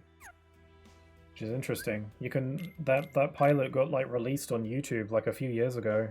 It was kind of like lost media for a while. Interesting. I wonder what that would have been like. If Kingdom Hearts were to get a series, I would prefer it be an anime adaptation of the manga. If it were to get a series. Because I don't know what the point would be in just adapting the games exactly. But the manga is like silly, it's a bit more intense, it's a silly retelling of the stories. I feel like it would... And you know, manga gets adapted into anime all the time, so I feel like that's what I would prefer. Unless they want to do like a side story in the Kingdom Hearts universe. Hope it's learned some new tricks. About different characters or something. What if they adapted the Union Cross, or like the what was it called? The game that got cancelled. I'm like blanking on its name for some reason. Missing Link. What if they adapted the Missing Link story that got cancelled into a series? Right. Freddy want to destroy. Tell Bowser you're only at Baker a 6 slow TBH. Well, I'm always slow. This is fast for me, I'll have you know. Slow is not an insult. Just means I like to smell those roses. I like to sniff them.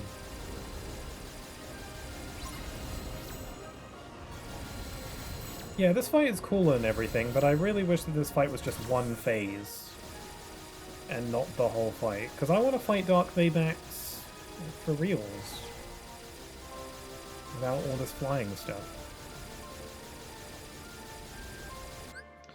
True, though I hope they don't skip episodes like the manga. Yeah, that's something that I found out about, well, I think you told me, is that not every game and every bit of the story is adapted in the manga, which is weird. Because there isn't, because like I was reading the copy of the KH3 one that I got recently, and I don't think they ever adapted Dream Drop Distance. So when they're talking about like they talk about like how Sora failed the Mark of Mastery exam a lot, and I'm like, people who don't know what they're talking about.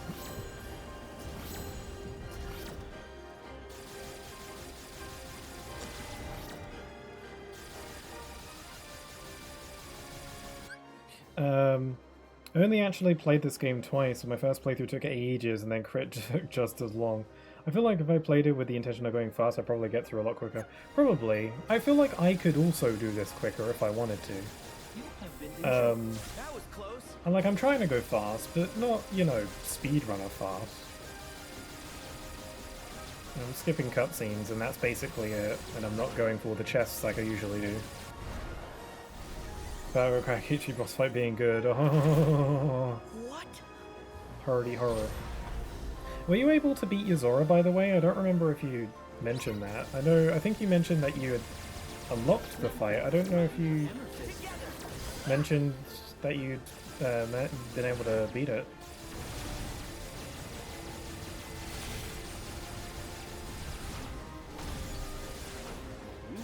Thank you. I kind of want to just do the fight on the stream just because I like it so much. Whoops. I'm not amazing at the Yuzora fight, by the way. Like, I can't confidently win on my first attempt or anything. It might take me. It usually takes me a good amount. I never beat Yuzora. I might try again someday, but never on critical. That's fair enough. I mean, you beat. Did you beat Lingering Will in KH2? Because it's a similar level of difficulty, I think. Well, I don't know. Maybe Yuzora is a bit tougher.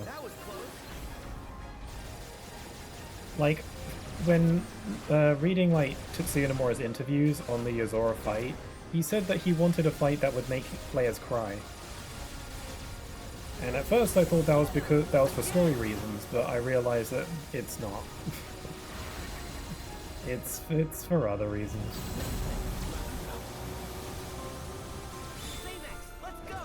Yeah, they skip coded, BBS, and DDD. Yeah, I guess it makes sense because they're like not the biggest games. I mean, Birth by Sleep's kind of surprising. Because Birth by Sleep, it has the benefit of being relatively self-contained.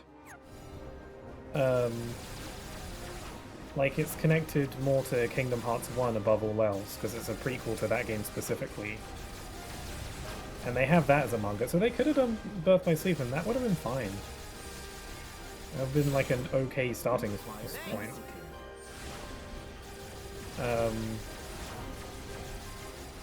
Yeah, and Birth by Sleep is one of the bigger games in the series. Yeah, it's on a handheld system, but they adapted Days, and that's on the DS, and it's a game that a lot of people don't even really like all that much, aside from the story. Which might be why they adapted it, I don't know. I beat Yuzora before Lingering Will. Oh, cool.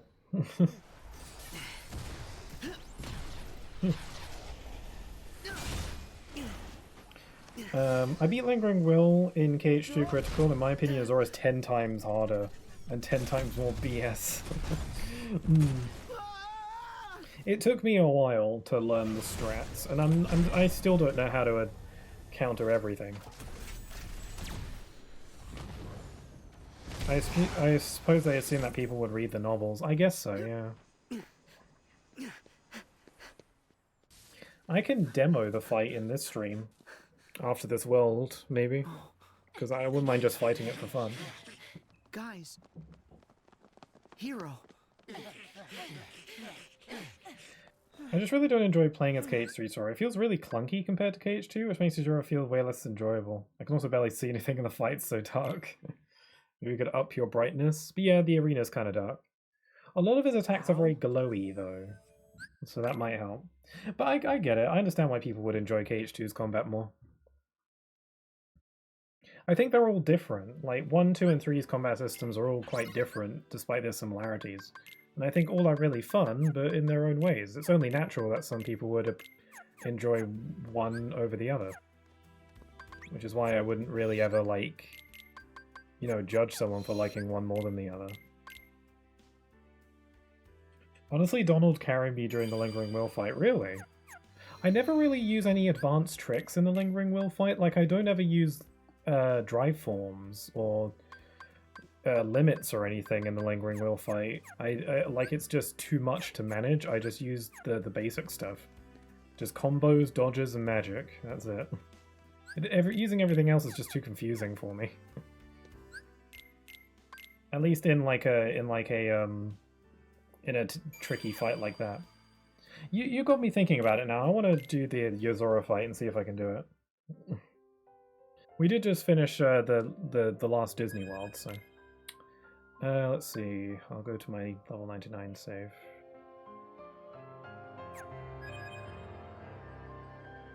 What is it? Downloadable content, secret. There we go.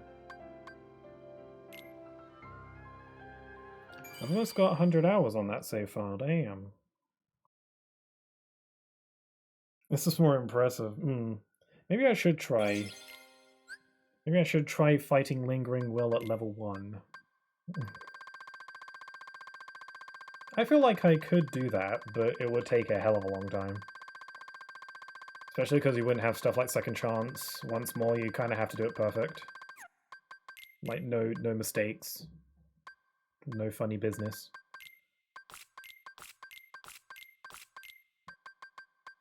Oh man, I don't have the stuff. Low on items, okay. Okay, let's see if I remember how this fight works. I like all three mainline games, but I love KH1's premise and level design. I love KH2's combat and gameplay. KH2, I guess, has subjectively better graphics, and that's about it for what it does better than 1 or 2. I think that's a valid take. I mean, KH3 is my personal favorite, if I had to pick one. I like the numbered ones all equally, really, but if I had to pick one. I just get a lot of joy out of playing this one. I can't explain it. I'm all here. I like that KH3... what I like is that KH3 kind of tries to combine a bunch of stuff. Hey! Is anyone out there? Shall I let the scene play out? I saw this really cool video on YouTube where someone recreated this scene in the World Ends With You cutscene style. If you've ever seen the cutscenes for that game, it's really incredibly well done and looks very authentic. Where are you? Over here!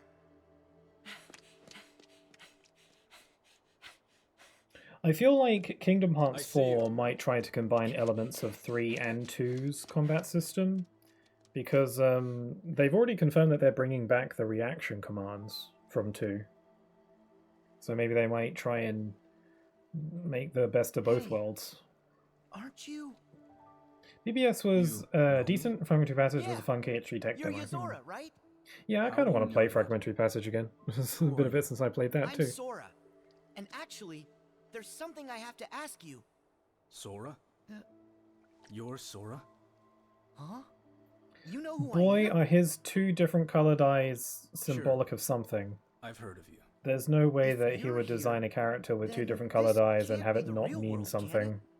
But wait, that girl, she told me about you. Nomura always likes to hide, You are real after all. like, stuff in the character designs. Are you done? Little details that have a meaning to it. No, this isn't the real world, and I am here. Like, has he got like a what I split really personality or something? How'd you recognize me as Yozora? Huh? Why are you using Sora's name? Because I am Sora. I miss pre-BBS you spin-offs. They were not required and to it was understand the main fate story, but that still a good brought us time. here, Do you mean like then like Days? my path is clear. And Coded and Dream Drop Distance came out after Birth by Sleep, right? I think Birth by Sleep and the original Coded, at least the phone version, came out around the same time as Birth by Sleep. And then the DS version came out afterwards. And then there's also like a Chain of Memories. I don't like to consider them spin-offs though, because I refer to them more as side games over spin-offs, because they all are a part of the same plot and are very important to the plot, even if they are side games. And the gameplay is still relatively the same. It's still, you know, real-time action combat. You know, I don't like to consider them Hey, wait! spin-offs personally, but yeah, it's just a name, it's just a word, it's just a term. This cutscene make a whole lot of not a lot of sense. I was told to save Zora. Yeah, like by design, he's saying a lot of weird stuff. I feel very in tune with Sora in this scene because I feel like I react the same way he does. 'Cause I don't know what the heck you're saying. Okay, God, I'm actually doing the fight. Whoops, I forgot he goes blue. Oh no, I've got the pro code on! Whoops, I forgot to get rid of that. Oh, whoops, I was supposed to prepare and retry. Why do I have a pro code on? Got this. You're done. Got this. There. There. Let's go. Okay, I apparently remember some stuff. Yeah, I've got a pro code on, so I'm probably going to lose. I'm going to take it off in my next attempt. What a pain.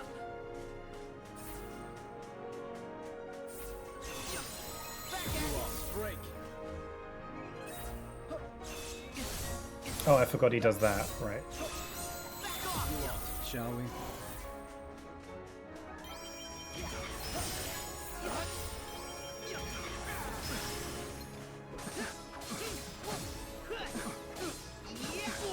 I've got 1 HP. The Pixel of the Past find the game too easy, apparently. Yeah, I guess so.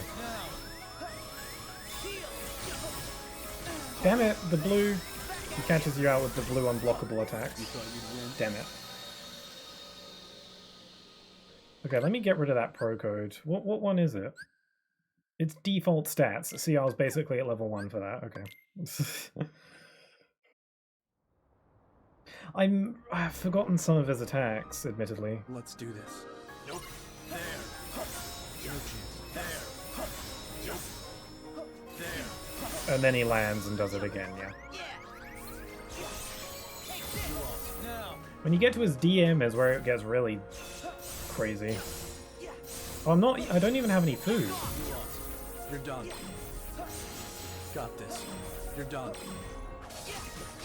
There. There. Now. Air step. Yeah, I'm doing way more damage now. I don't think so.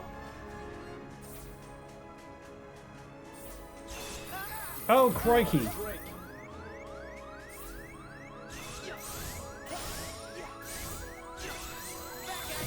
It's on.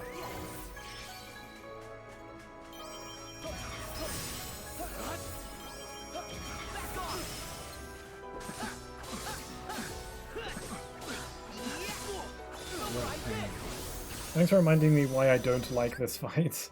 It's bringing back all the chain of memories.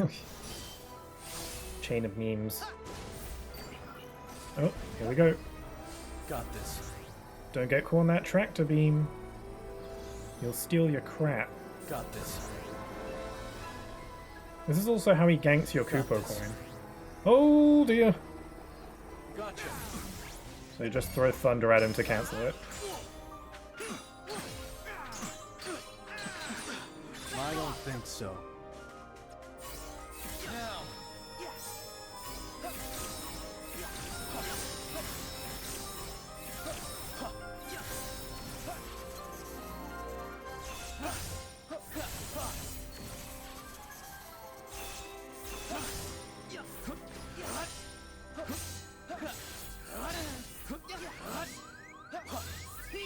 Let's go.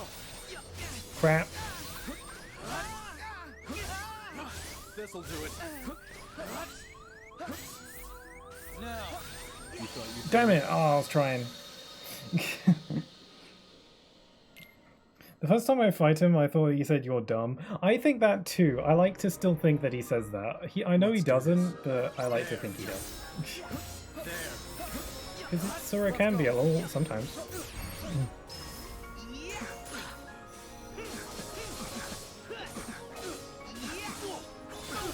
This background for this fight is kind of crazy.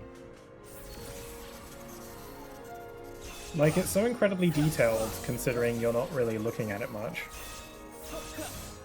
Shall we? You don't really have time to take in the sights, though you can, although as a reward for beating Yozora, you do get access to this place in the data greeting, so you can take a closer look at it. You can't leave this platform, obviously, but you can, like, look at it. Got this.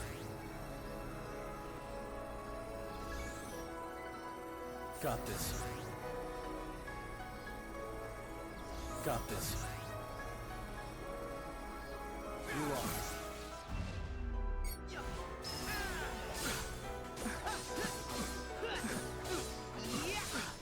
Next try. It's like 40% skill issues, 40% I don't think this fight is enjoyable, 20% can't be bothered to grind like I did for Lingering Will, is what I feel about this fight. It's been so long on Lingering Will. Fair enough. Oh dear.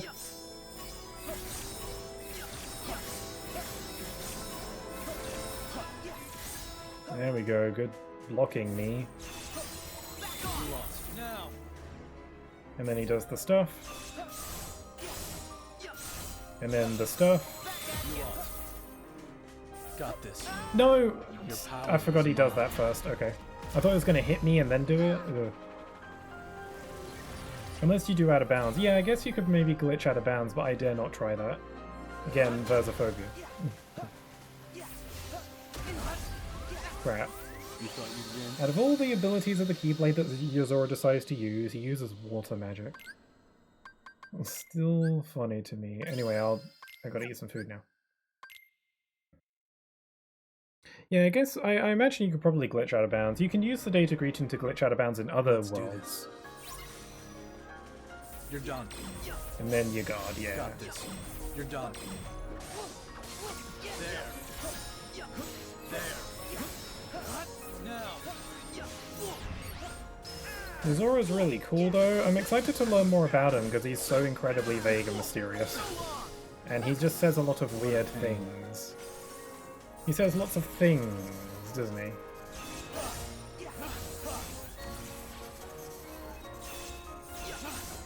It's on.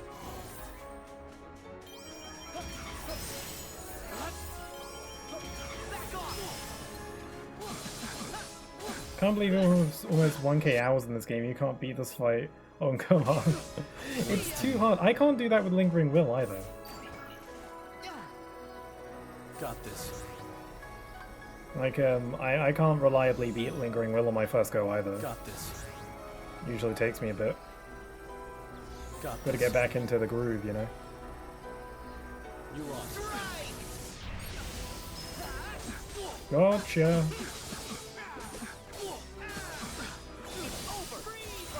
I'm just hitting him with all the stuff. All the sauce.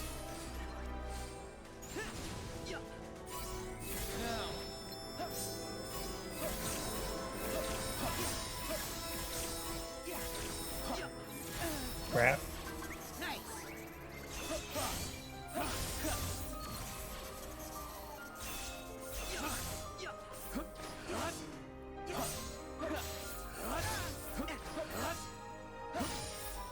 Let's go.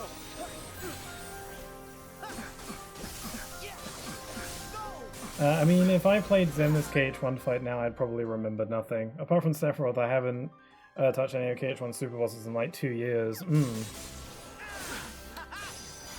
I'm pretty good at the Xemnas fight in KH1. I remember the first time I played that fight, I actually beat him on my first go. Mainly because I studied the fight like crazy ahead of time. By watching videos of other people doing it. I did them once for Proud and then never again. Oh no, he's doing his thing. I don't remember how this attack works.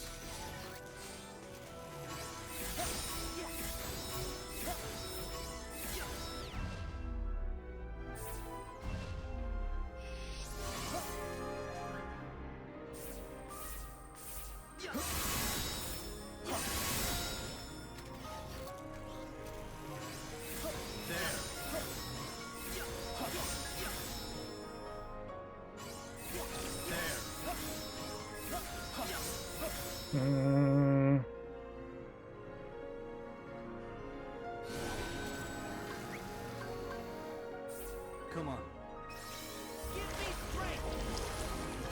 I didn't have time to didn't I didn't even have the time to exist there. Sorry, scrap me, Sora. That's rough, buddy.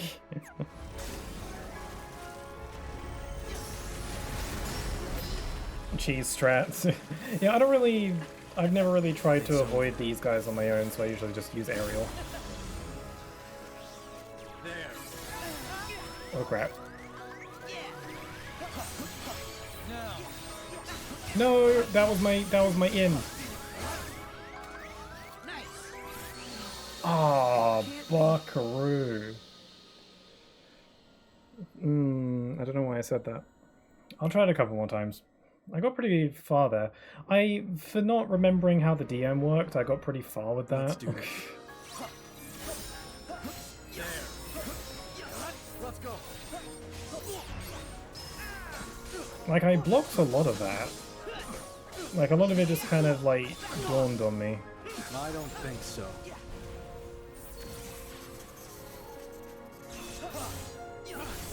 Whoops. So I tried to redeem to hydrate. Good idea.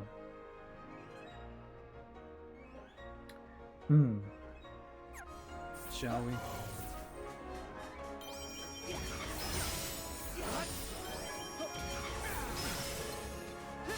Hydrate with no posture check for you. And the Goblin-esque game of posture. It'll help me win. That's the strat. Got this.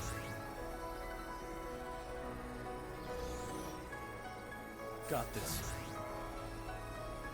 Oh, apparently. Okay, well, now there's a posture check. Great. You lost.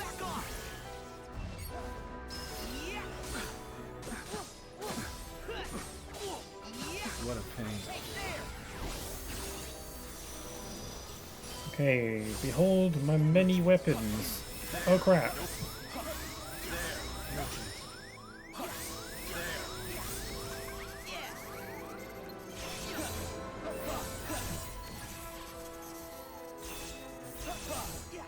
Let's go dance the dance. You're done. Got this. This'll do it.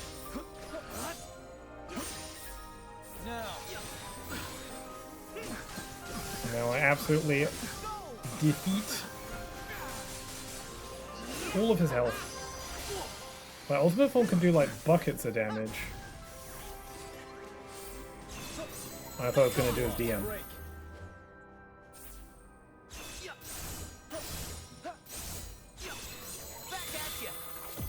It's on. Okay, it's going to do the thing.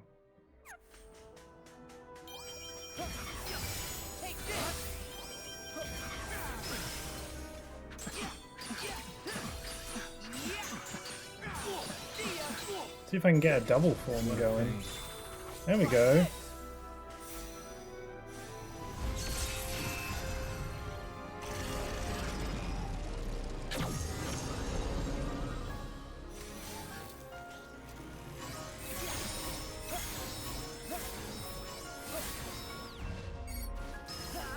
Oh man, I could have attacked him.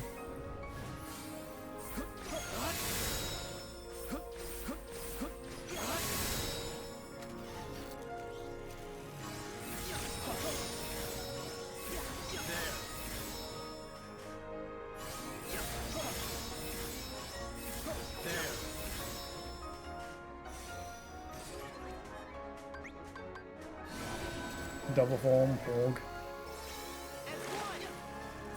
Come on.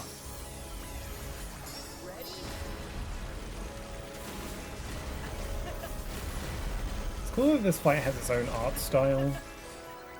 It's really weird. Ready for this? And he charges you, there we go. There. Let's go. Okay, get him.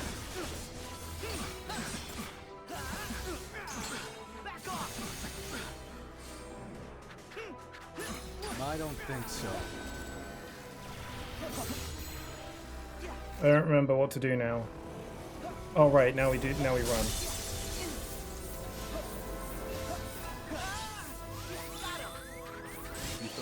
Damn it! Oh man. I messed up. Okay, one more try. One more good try. Oh, I got a response from Grim, by the way. I was telling a story earlier about how Grim in one of our older streams kept on saying Aladdin where in response to me saying Aladdin. And I didn't understand what they were talking about at the time, and I still don't really. And it was just kind of a silly joke after a while. So I wasn't sure if Grim remembered that because it was like 5 years ago. So I decided to just out of nowhere just send the quote Aladdin where to them on WhatsApp, and Grim has just responded saying what? So that answers my question. They don't understand just based on the quote. I'll explain later. There we go. Anyway, I gotta get this emo boy band guy. You can do it, you can do it, you can do it, but at what cost the stream might crash? Oh no, you better not do it. Pixels K14 Cosmo Sheep, Pixels K14 Tails, Pixels K14 Cosmo Sheep. Why do you will such things into existence? Also, hi there speaking, how's it? Oh crap. How's it going? Yo to you too. Shall we? Literally got 1 HP and I can't fix it. He does a thing where he permanently drains, well not permanently, but he temporarily reduces your max HP. Got this. Got this. Lingering William Turner. Lingering willing things into Got existence. This. You lost.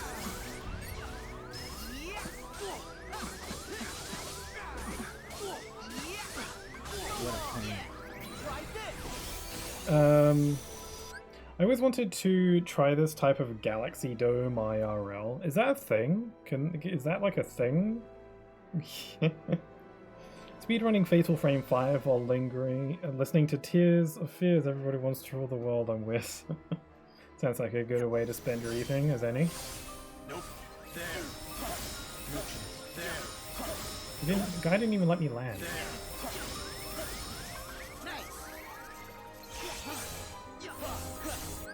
I remember this boss. I'm just doing it for fun, really.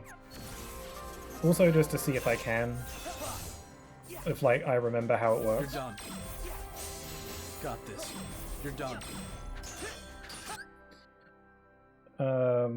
I've seen a guy do this blindfolded. That's crazy. I could never. You'd have to, like, know the fight inside and out. Let's go.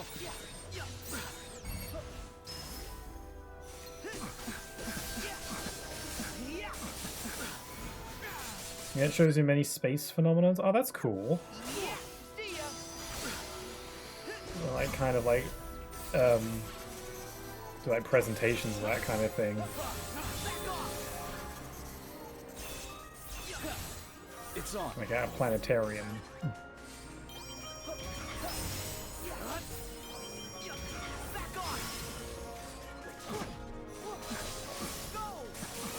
Yeah, it was crazy. Yeah, that sounds crazy. I can't imagine how difficult it must be to learn that. I'm sure you can though.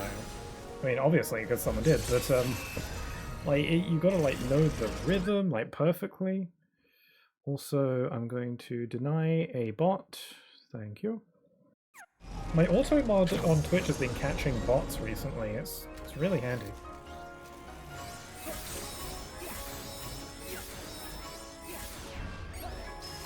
Yes, he's open for like a brief moment here.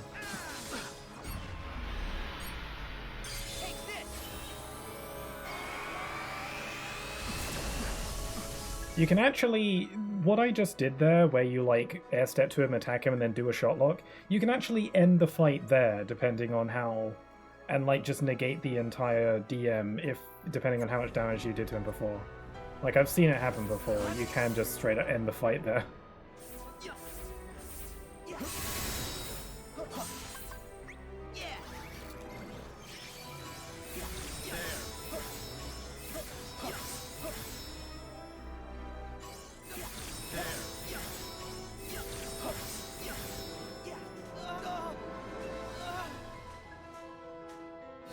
What percent miss? Here. Maybe I should learn how to avoid this attack on my own at some point. But this works. It's over. There. Nice. Now.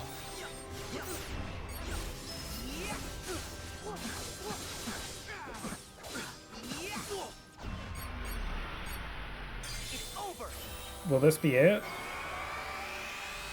There! Got him! I didn't even give him a chance to finish his DM. Sweet.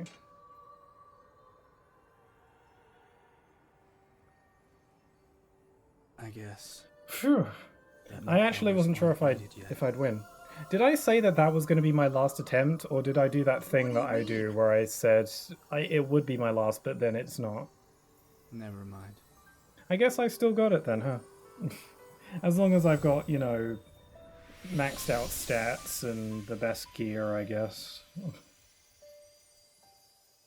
I mean, I'm sure I could do this fight without the best stuff, but it would just take me a hell of a lot longer.